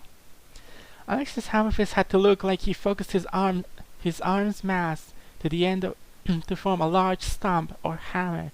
I wanted to make it look particularly brutal as a pummeling winkle, so I threw on some nice knobs over the surface, which you can actually see in game.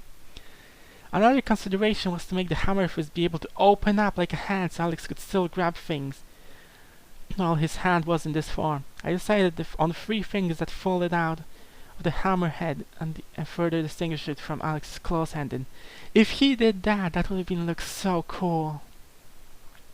Unfortunately, what I ended up with is making it like a big stumpy hand with hammer and knobby things around it. His shield looks so cool. And here anyway. Alex's shield was one of the easier concepts to realize, mainly because at this point we had already established what his powers should look like. I illustrated the powers to move like ink in water. It would stream and flow, and when he activated, it would harden to its current shape, much like stretching out a piece of taffy and letting it dry and harden. Which yeah, does look very inky. Then there's his armored form. It's an interesting fun fact, since we played Warframe earlier. Some of the concept artists that work on Prototype actually moved on to work for Digital Extremes on Warframe. And you can specifically see that in one of the outfits that came out like last year, 2 years ago. That looks a lot like Alex's armored form. So I thought it's really cool. And of course I had to recolor it to resemble Prototype. The armored forms were the most fun to do. I wanted to be powerful yet mobile. We needed to believe that Alex in this form was still the same man entity that were characterized by his dexter parkour-like moves. With that in mind, I adopted smaller feet to assert that every step still has precise, albeit heavier and stronger.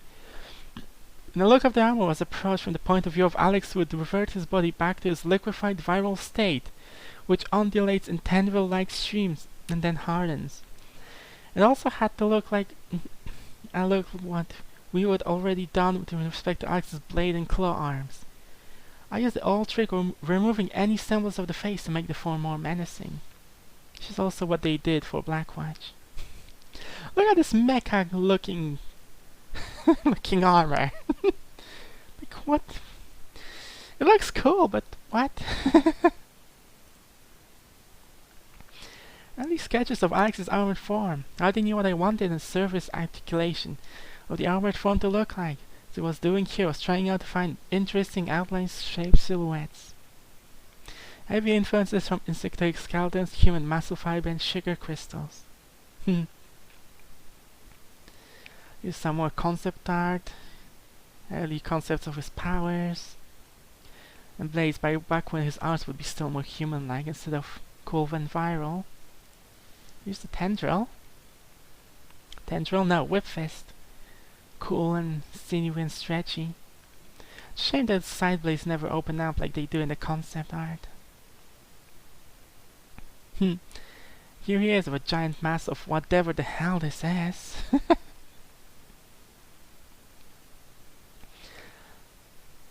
Some more promotional art. Some quick snippets about the story.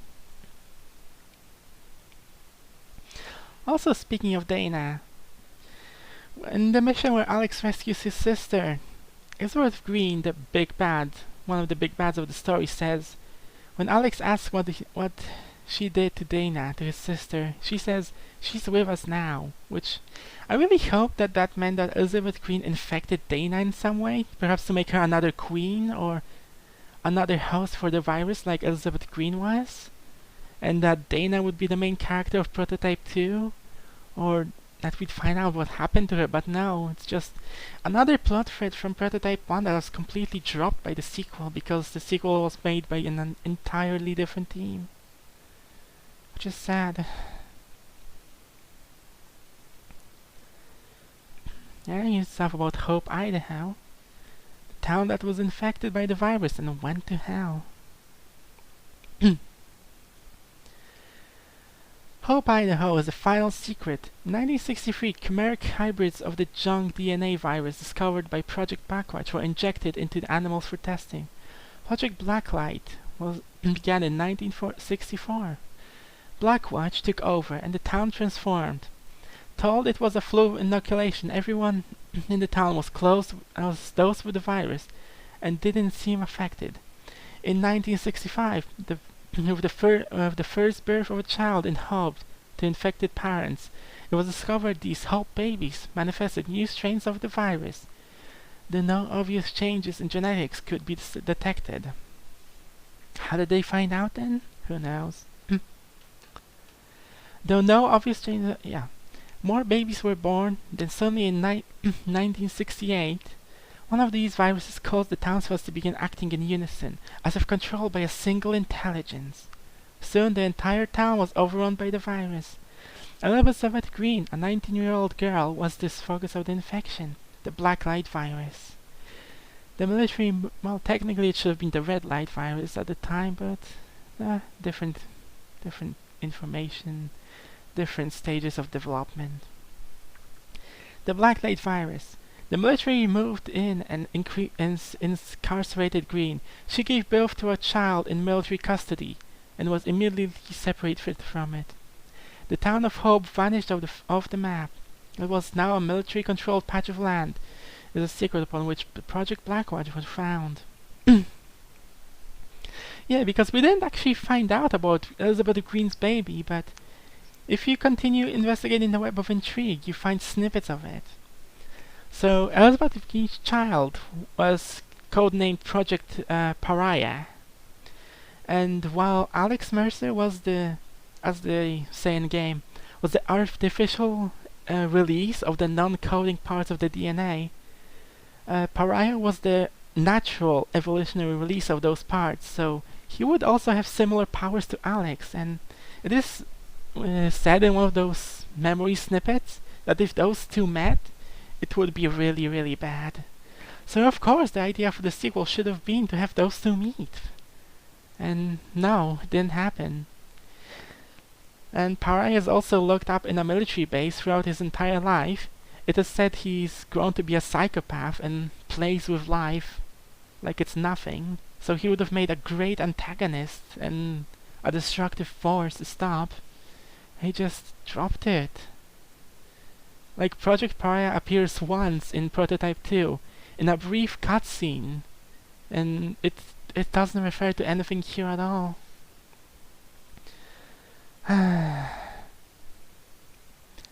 Some concept art for New York, more stuff about Hope, the second half of the concept art for New York. Sun is setting, and tomorrow a new chapter in human evolution will begin.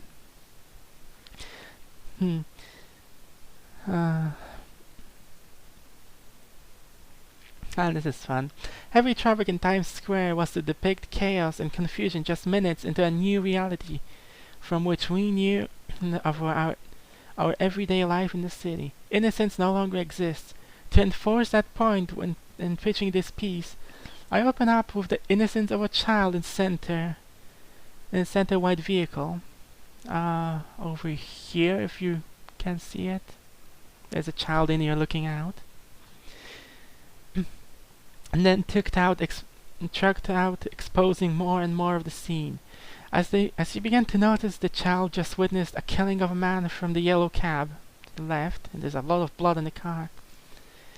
And the killer's reflection in the side window with the vehicle to the right, which is Alex Mercer. The loss of innocence is the point of no return. That's from one of the concept artists. The main concept artist from this, actually. How do you inoculate millions of people? Crop dust! What these people don't know, that is nothing more than a sugar pill. However, believability in the concept is crucial. It's the way you draw into a big scene emotionally. Shame this doesn't happen in the game. There's all the free zones. There's military bombing the city. As didn't quite happen, but it does happen in the second one.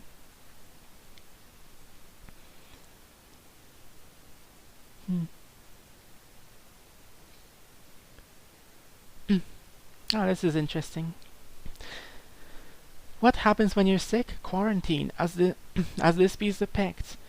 It was important to show what happens when you get infected, and so I placed quarantine under the bridge and out of the sight of from most not yet infected by the viruses. Here, a soldier is unlucky and is carried by his brothers to the quarantine area. Little do they know, but they too will join their fallen brother. To decipher the difference between those infected and those in the quarantine area, I painted them nude and exposed. The foreshadowing element is, you came to this world naked and you'll leave it the same way. Yeah, that's rather grim, dude. But yeah, those like centers of holding the infected weren't exactly a thing in the first game. They definitely were better displayed in the second game though. There's a bombing the site from the Reagan where the final fight takes place. Another shot of New York. The end of time, as I call this piece. This is a snapshot of the future if you fail. Yeah, because New York is destroyed. And that's just what New York looks in Prototype 2 anyway. Oh, this is really cool. You want to show the Hive as a character. A Vector finds a damp, dark area under an elevator shaft to spawn a hunter from its hive. Human-like infected creatures are all guardian and are the guardian of the spore of piles upon the human bodies who are barely alive and are used as food source to grow a creature incubating inside. The hive generates so much heat that all the floors above collapse to the bottom. Yeah, that's supposed to be what hives look like inside, just piles of bodies barely alive being used as food. Another shot from the side.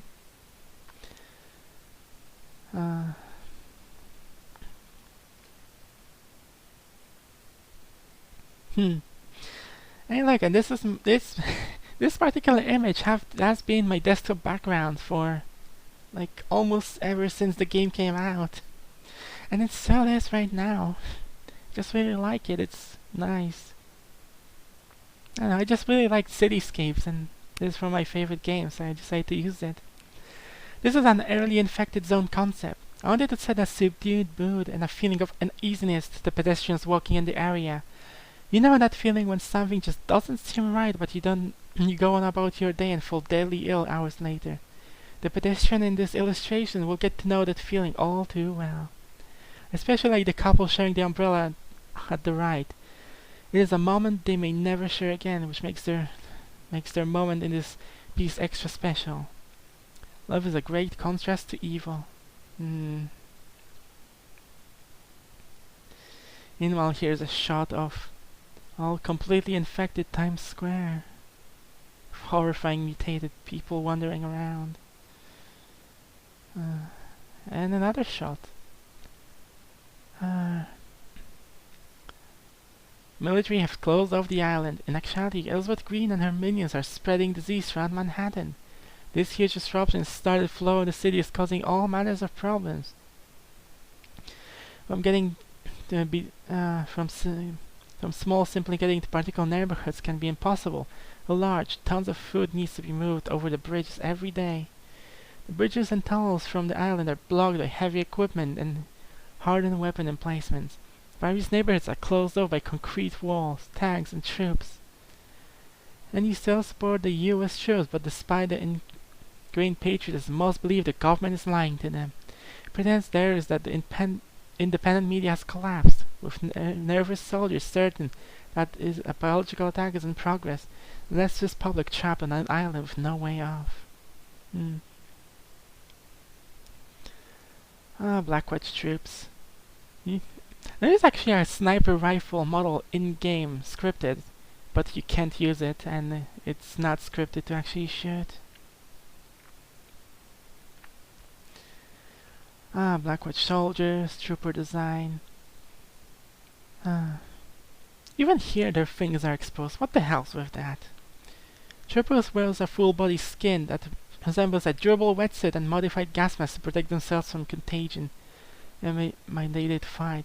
As the Blackwatch provides Alex's main resistance in the game, the decision was made to dehumanize them as much as possible. The best way to do this was to move the eyes. It's an old but useful trick. Here's some Super Soldier shots. Blackwatch Super Soldier is basically a genetically modified Blackwatch soldier who has been given a dose of the mother virus. To that end, the Super Soldier has enhanced strength and speed. Decision was made to make those guys physically larger than an average human. And apparently have like metal stuffed under their skin, according to the cutscene in game. Making the Super Soldier in the resemblance of a bodybuilder provided the need to contrast to Alex. If Alex is the perfect version of the virus, then the Super Soldier is a crude, less elegant version, like a Mack truck to Alex's Italian sports car. The inclusion of some spinal detail adds a bit of a lab rat feel to these guys. And again, removing any signs of face makes them guys all more menacing.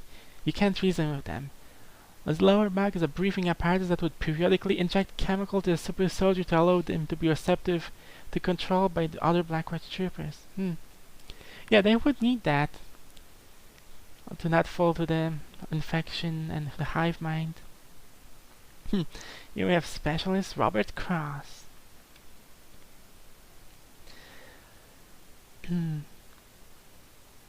Resilience, resourceful and deadly. And how did he get consumed by the Supreme Hunter?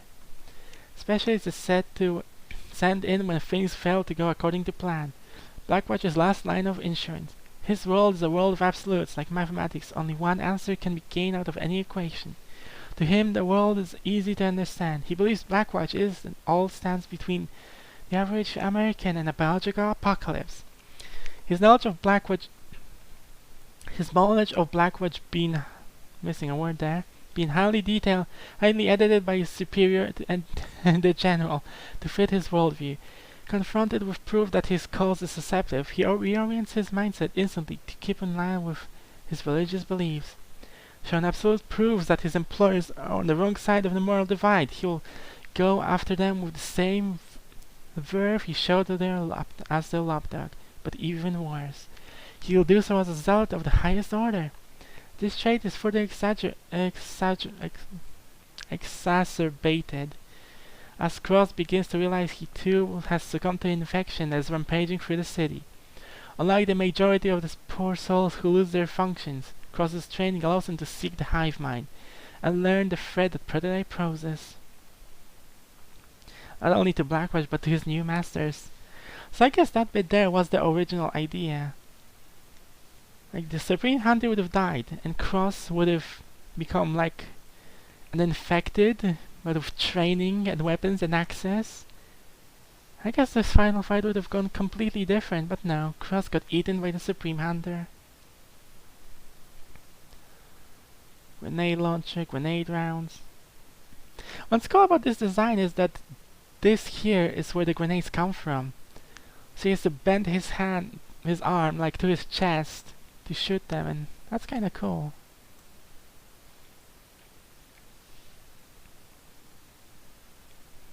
And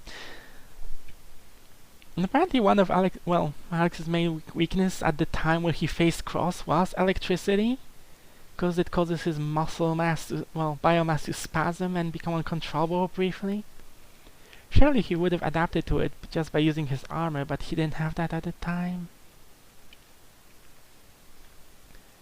It's more of the general and colonel, and here we have bits from Infected, which is interesting, especially because I want to show one thing here. That would have been disgusting to fight, just a giant infected bug.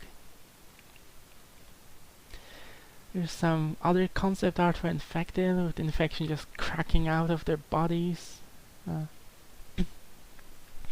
This is interesting for the sequel. In fact, the infected people needed to hit 3 basic shapes: large male, small male, and female. The infected also needed to look like they are failed or imperfect versions of the virus, and so their appearance should look sickly and painful. The details instilled are tumorous, pus-filled, swollen, and deformed. All the infected have a lower version of Alex's blade arm. The virus reconfigures its host bone into a spade just below the elbow. Like, these things are what in the first game are called Evolve Infected. Meanwhile, in the second game, Evolved are just like Prototype, like Alex's, which is second game's weird. Like, the Hunters, back when they looked like they wanted to do something to you with their tongues. Hunters are modified versions of Blacklight virus that have restructured and repurposed organisms into biological killing machines. Some can assume human or human-like form, while others are completely inhuman. Yeah, but I guess they were crunched to only make one model for the Hunters in the end. Well, 2 if you count leader Hunters. Their intellect ranges from animal to new genius. They have inferior to a Prototype and most lack the ability to consume and become human targets. Hunters are each out for blood on their own, except when directly ordered to cooperate by Green. If possible, they will kill and consume one another to grow in power and ability. However, their primary purpose is defend Green and consume the Prototype. Some weird concepts that look from a PS1 game. And there's just, they will do everything. They fear only the Prototype and the more significant Blackwatch threats. Humans and the conventional military are considered inconsequential. They all view the Prototype as competitor to the ultimate position, a place second only to Green herself, and will do anything they can to destroy him. Hunters can infect targets with the Blacklight virus, change their forms in a limited manner, and consume and incorporate other Hunter powers to their own. Here's something. Here's the Supreme Hunter, the main bad guy we face, but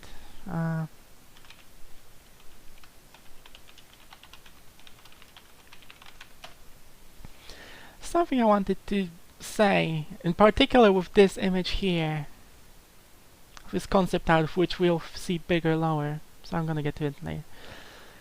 Here we go, Supreme Hunter, some age immortal. Well, Alex did not consume him, so yeah, he kind of is.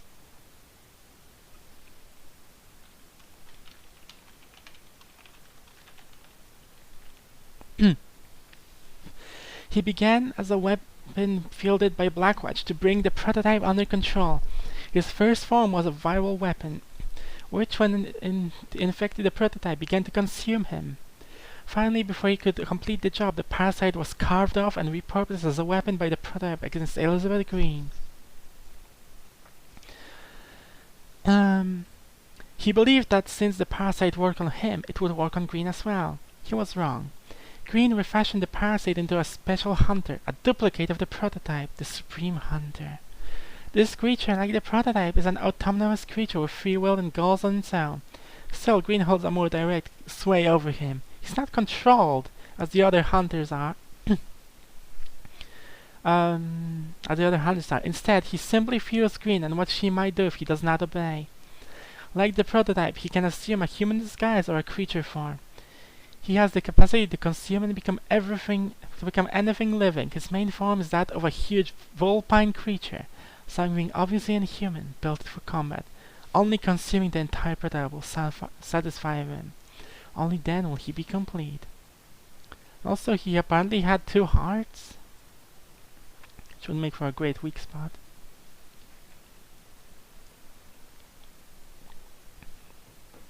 I hope you guys, well, whoever's still here enjoying this. I find this extremely interesting because I like this kind of stuff. It's the concept art of the Hydra, which looks very wet.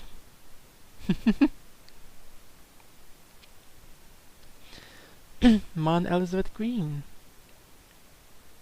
and her suggested forms when she was made out of infected. Blacklight virus has existed since the beginning of life on Earth. It is the basis of evolution. The virus plugs in and activates the junk DNA in a target, causing biological changes that create and recreate the sentient mind-infected creature. Actually, while I'm here, I'm gonna just put on some music because it's kind of quiet.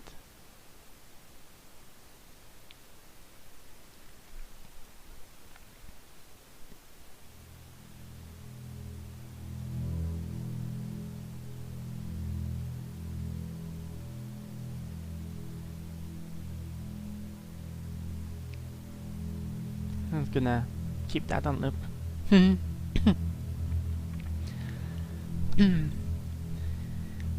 yeah. The virus plugs in and activates the junk DNA in a target, causing biological changes and create and recreate a sentient mind in the infected creature. Today, this intelligence is focused in the body of Elizabeth Green. Since 1969, this body has been in military custody and still appears as a harmless 19-year-old girl. When Green wishes, she can put on a convincing innocent disguise, but beneath that is a vast intellect that is cool, calculating, and billions of years old. Yeah, billions, huh? She is evolution personified. Like evolution, she is patient, but when she ushers a change, it is violent, bloody, and permanent. She is utterly ruthless and does not have an emotional capacity to care for average human. Humanity and all life on Earth are tools to further evolution. No one understands these secrets. Blackwatch still believes she is nothing more than a genetic oddity, when she is really something much more dangerous.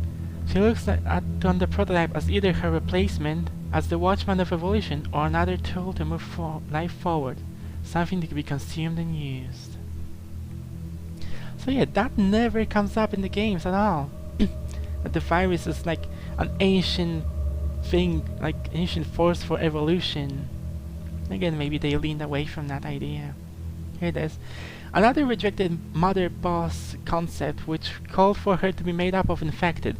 The literal nature of the concept resulted in a goddess-like appearance, which we decided was not the direction we wanted to take. There's more of her, like a weird dryad creature. A massive infected with hair made of infected bodies. Some early Mother Boss concepts called for the mother to grow an immense size made out of bodies of infected. These concepts were too literal and extreme. Were dropped due to technical limitations and artistic move in another direction. And she is how she once looked.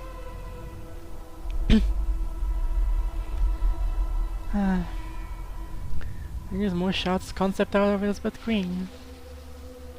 She was a test subject. Elizabeth Green's design is a mix of wetsuit and bondage gear. The suit itself is a Blackwatch-issued medical suit designed to regulate the subject's vital stats. It has slots on the back to allow for direct spinal injections and various feeds all over the body to distribute drugs. The experiments had Elizabeth Green semi-submerged in water with her back facing up. This meant that she needed to have a breathing apparatus able to be attached to her suit. Her head has been shaped from various experimentation to her brain. Elizabeth Green is described as a teenager in the 60s who was infected by the virus and became the first host to the mother virus.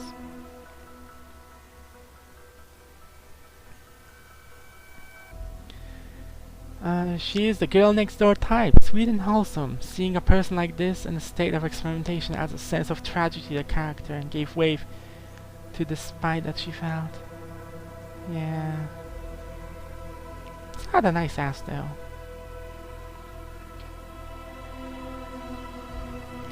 It's Alex's actual model. He actually has hair under that hood. Huh. And he was back when the backpack would do a lot of things. Would slide onto his arms.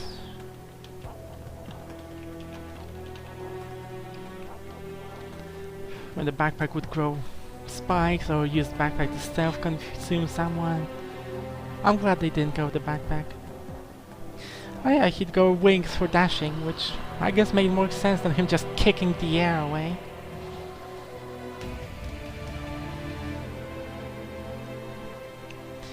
Oh wow. Here's him turning on a Ninja Turtle. That would have been interesting, but nah, I'm glad they didn't go with that. Still was too much focus on the backpack being the source of his power or something. Concept art of the whip is just completely wrecking a tank. And a Humvee. I think that's a Humvee. More cool art. The models. Deadly shape-shifting action. Whatever this thing is, it looks dumb. I don't know what's it. It's just something about the face. It looks weird and dumb and noseless. Don't know what this was supposed to be. Maybe the armored form at one point.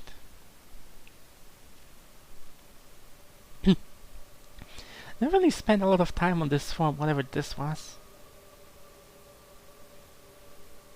And more for... Maybe this was the Supreme Hunter once, or his armored form. And here's a cool shot of Alex Mercer in a disguise using the ground spike on a car. And this one with the flowing effect of his viral biomass. Which is just so cool. Another shot of a weird infected doctor and a weird creature. Another nice concept art of the city. I like those. And this is where Green was kept, the bloodied up the straight corridor. There's a military base, which is a lot like how it is in game, without those big steel walls, so less protected. And you can see like the cage to keep people in here. Lee has a lot more on the roof.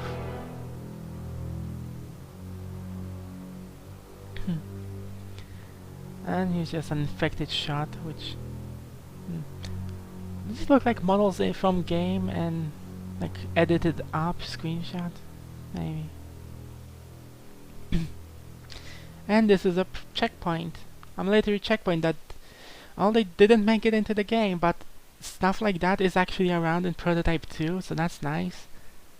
Like military checkpoint, places for people to line up, get scanned before they're let in other parts of the city. Prototype, man has made his match. That was the tagline, I think, for the game. At least at one point. It's more military folks. It's the other versions of the Specialist. Oh, yeah, yeah, they definitely don't resemble anything with those armbands. Yeah, let's just move on. Horrifying infected version. A nightmarish infected creature that's still alive, missing its lower jaw and its eyes being grown over. Who knows what the hell this is? It's a mess. Here it is. This is what I wanted to come to, because this is what they used for concept art for the Supreme Hunter earlier. So, keeping this bit in mind, I'll take us...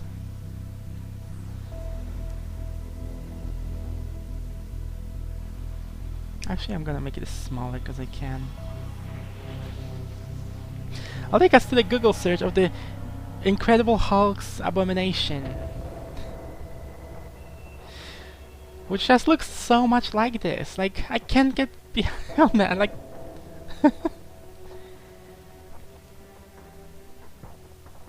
like, the Incredible Hulk movie came out in 2008, and the prototype game came out in 2009. But the prototype game was in production for years. It was slated to come out in 2007. But the prototype game was then delayed. Like, a lot, like 2 or 3 times. So I don't know if this was like a late addition to the concept art or just a pure coincidence, but yeah. This concept art of Supreme Hunter looks just so much like what the Abomination looks like in the Incredible Hulk. Just can't unsee that, can't get away from that, like...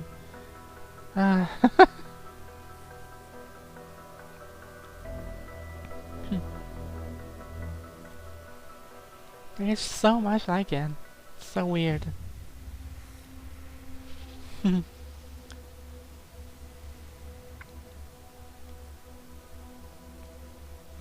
yeah, that's what I wanted to show from this bit.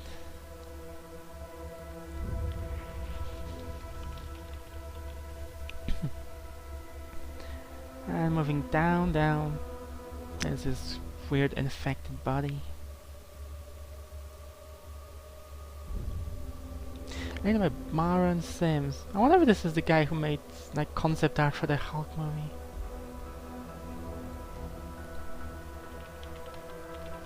I'll have to look it up.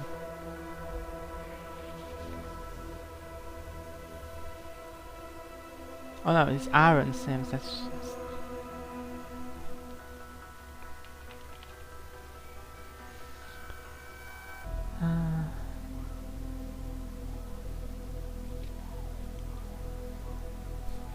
I used concept out of Elizabeth Green and some weirdest creature.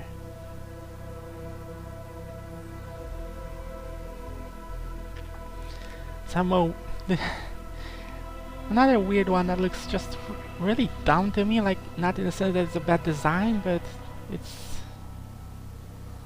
has like a dumb expression on it. It's not very smart. And here we are. This is prototype moves and attacks. Like, this is a massive, massive list.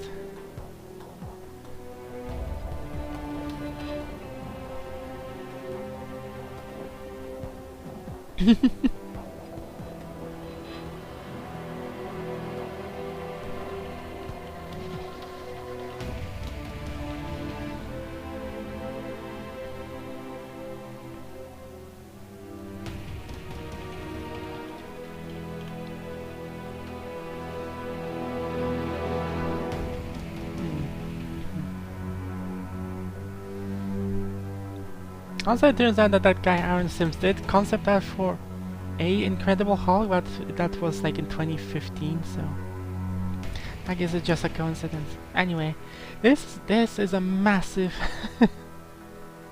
massive list of moves. It's quite impressive. All those unarmed moves, just so cool. Meanwhile, the list of unarmed moves for Prototype 2 is hits, punch 4 times. And then hit and then hold punch. It's just so sad that we go from this to one combo. And here's a map of where all the intrigue targets spawn. which is also pretty cool for hunting them down. All the locations of collectibles. I actually used that when I first played this game on console.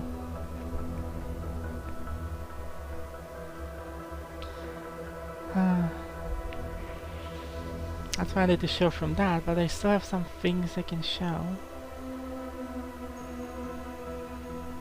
No, where's the image? That's an interview I wanted to show.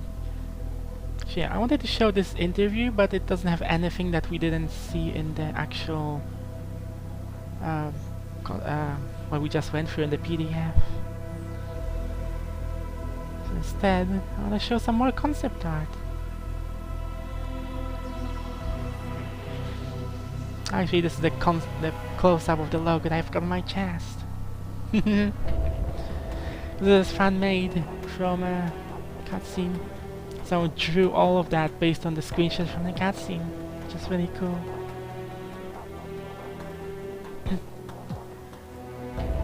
There's some more concept art of how Alex getting hit by a car, Alex getting, well, stopping a truck with himself, and Alex not caring about a massive truck.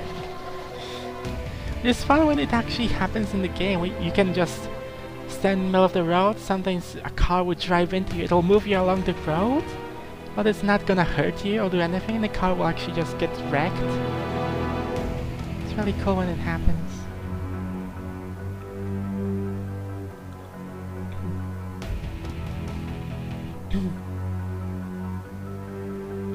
I'm not actually sure what this is.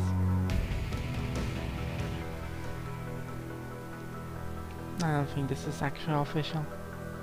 Don't know why this is here. Wait, no, this is Prototype 3 concept art? Maybe. It might actually be. Yeah, I think this is like leaked Prototype 3 concept art. When it was, well, maybe rumored, but never happened. I remember they were gonna make a... No, I think they were planning on making a prototype game, which then became a Spider-Man game, one of the Amazing Spider-Man ones. Just kind of sad. But yeah, apparently Prototype 3 would have had like gangs utilizing the infection, and a gang boss could have turned into a giant behemoth like that.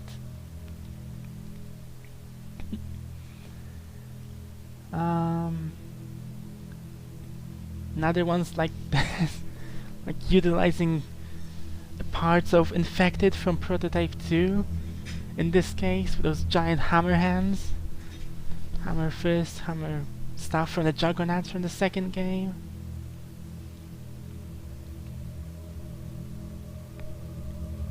There's actually a concept art for Prototype 2, but we didn't get to that yet. A ginormous infected beast.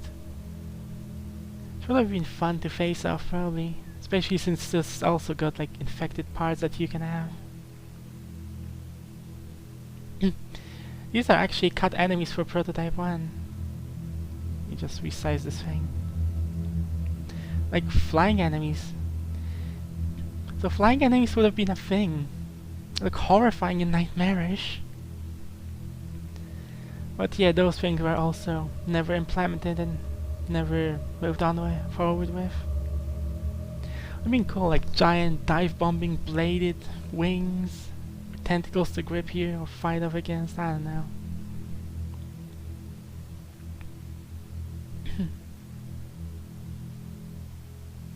And I think that's all I have.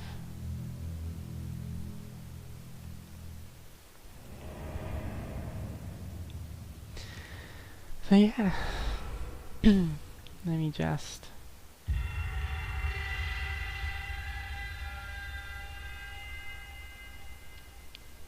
This is what I had playing in the background. Prototype main menu theme remix. This guy G Menda M on YouTube. He has a lot of cool like Prototype music remixes. Like remixes of themes and yeah, just music. So yeah, that's where we're gonna finish our Prototype trip. My favorite game, despite being super edgy. It's still so cool, like... I got really into that game when I was young, and it came out at a really good time in my life. Well, not a good time in my life, but something I could hold on to. Like, back then I was questioning what am I? What do I want to be? I wasn't happy with myself, wasn't happy with who I was. And then along comes a game that's all about shapeshifting, becoming someone else, turning into anything you want. Like playing as anyone you want, because you could consume any civilian, any NPC and just become them. And yeah, it's just good. Just got good memories with that game.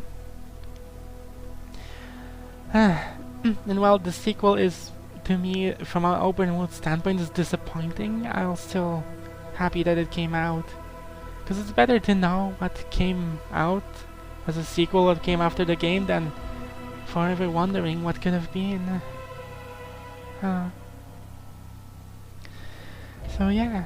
That's our adventures with Alex Mercer for now. Potentially the most powerful creature in media, because if only because of the power to consume and become. Like the skill to absorb another's like skills, memories, powers is so good, and that kind of ability often pops up in superhero media, where there's someone who is useless in a fight, but can absorb or copy people's powers and combine them and becomes extremely powerful, and that's just what Alex Mercer is. Perfect infiltrator and perfect being, well, to a point. And can become anything and take on anything, so yeah. I'll end this here now. I'll be gonna get rid of this shirt until Prototype 2, whenever that happens. But yeah, thank you all for coming, and hope you enjoyed this, and hope I gave you a good look into what this game was, into the development and concept of it, the stuff behind the scenes perhaps. And yeah, just hope you enjoyed it, and hope you guys had fun with it, because I know I'll revisit this game again and again in the future. Yeah, goodbye, and thanks for coming, and see you next time, hopefully.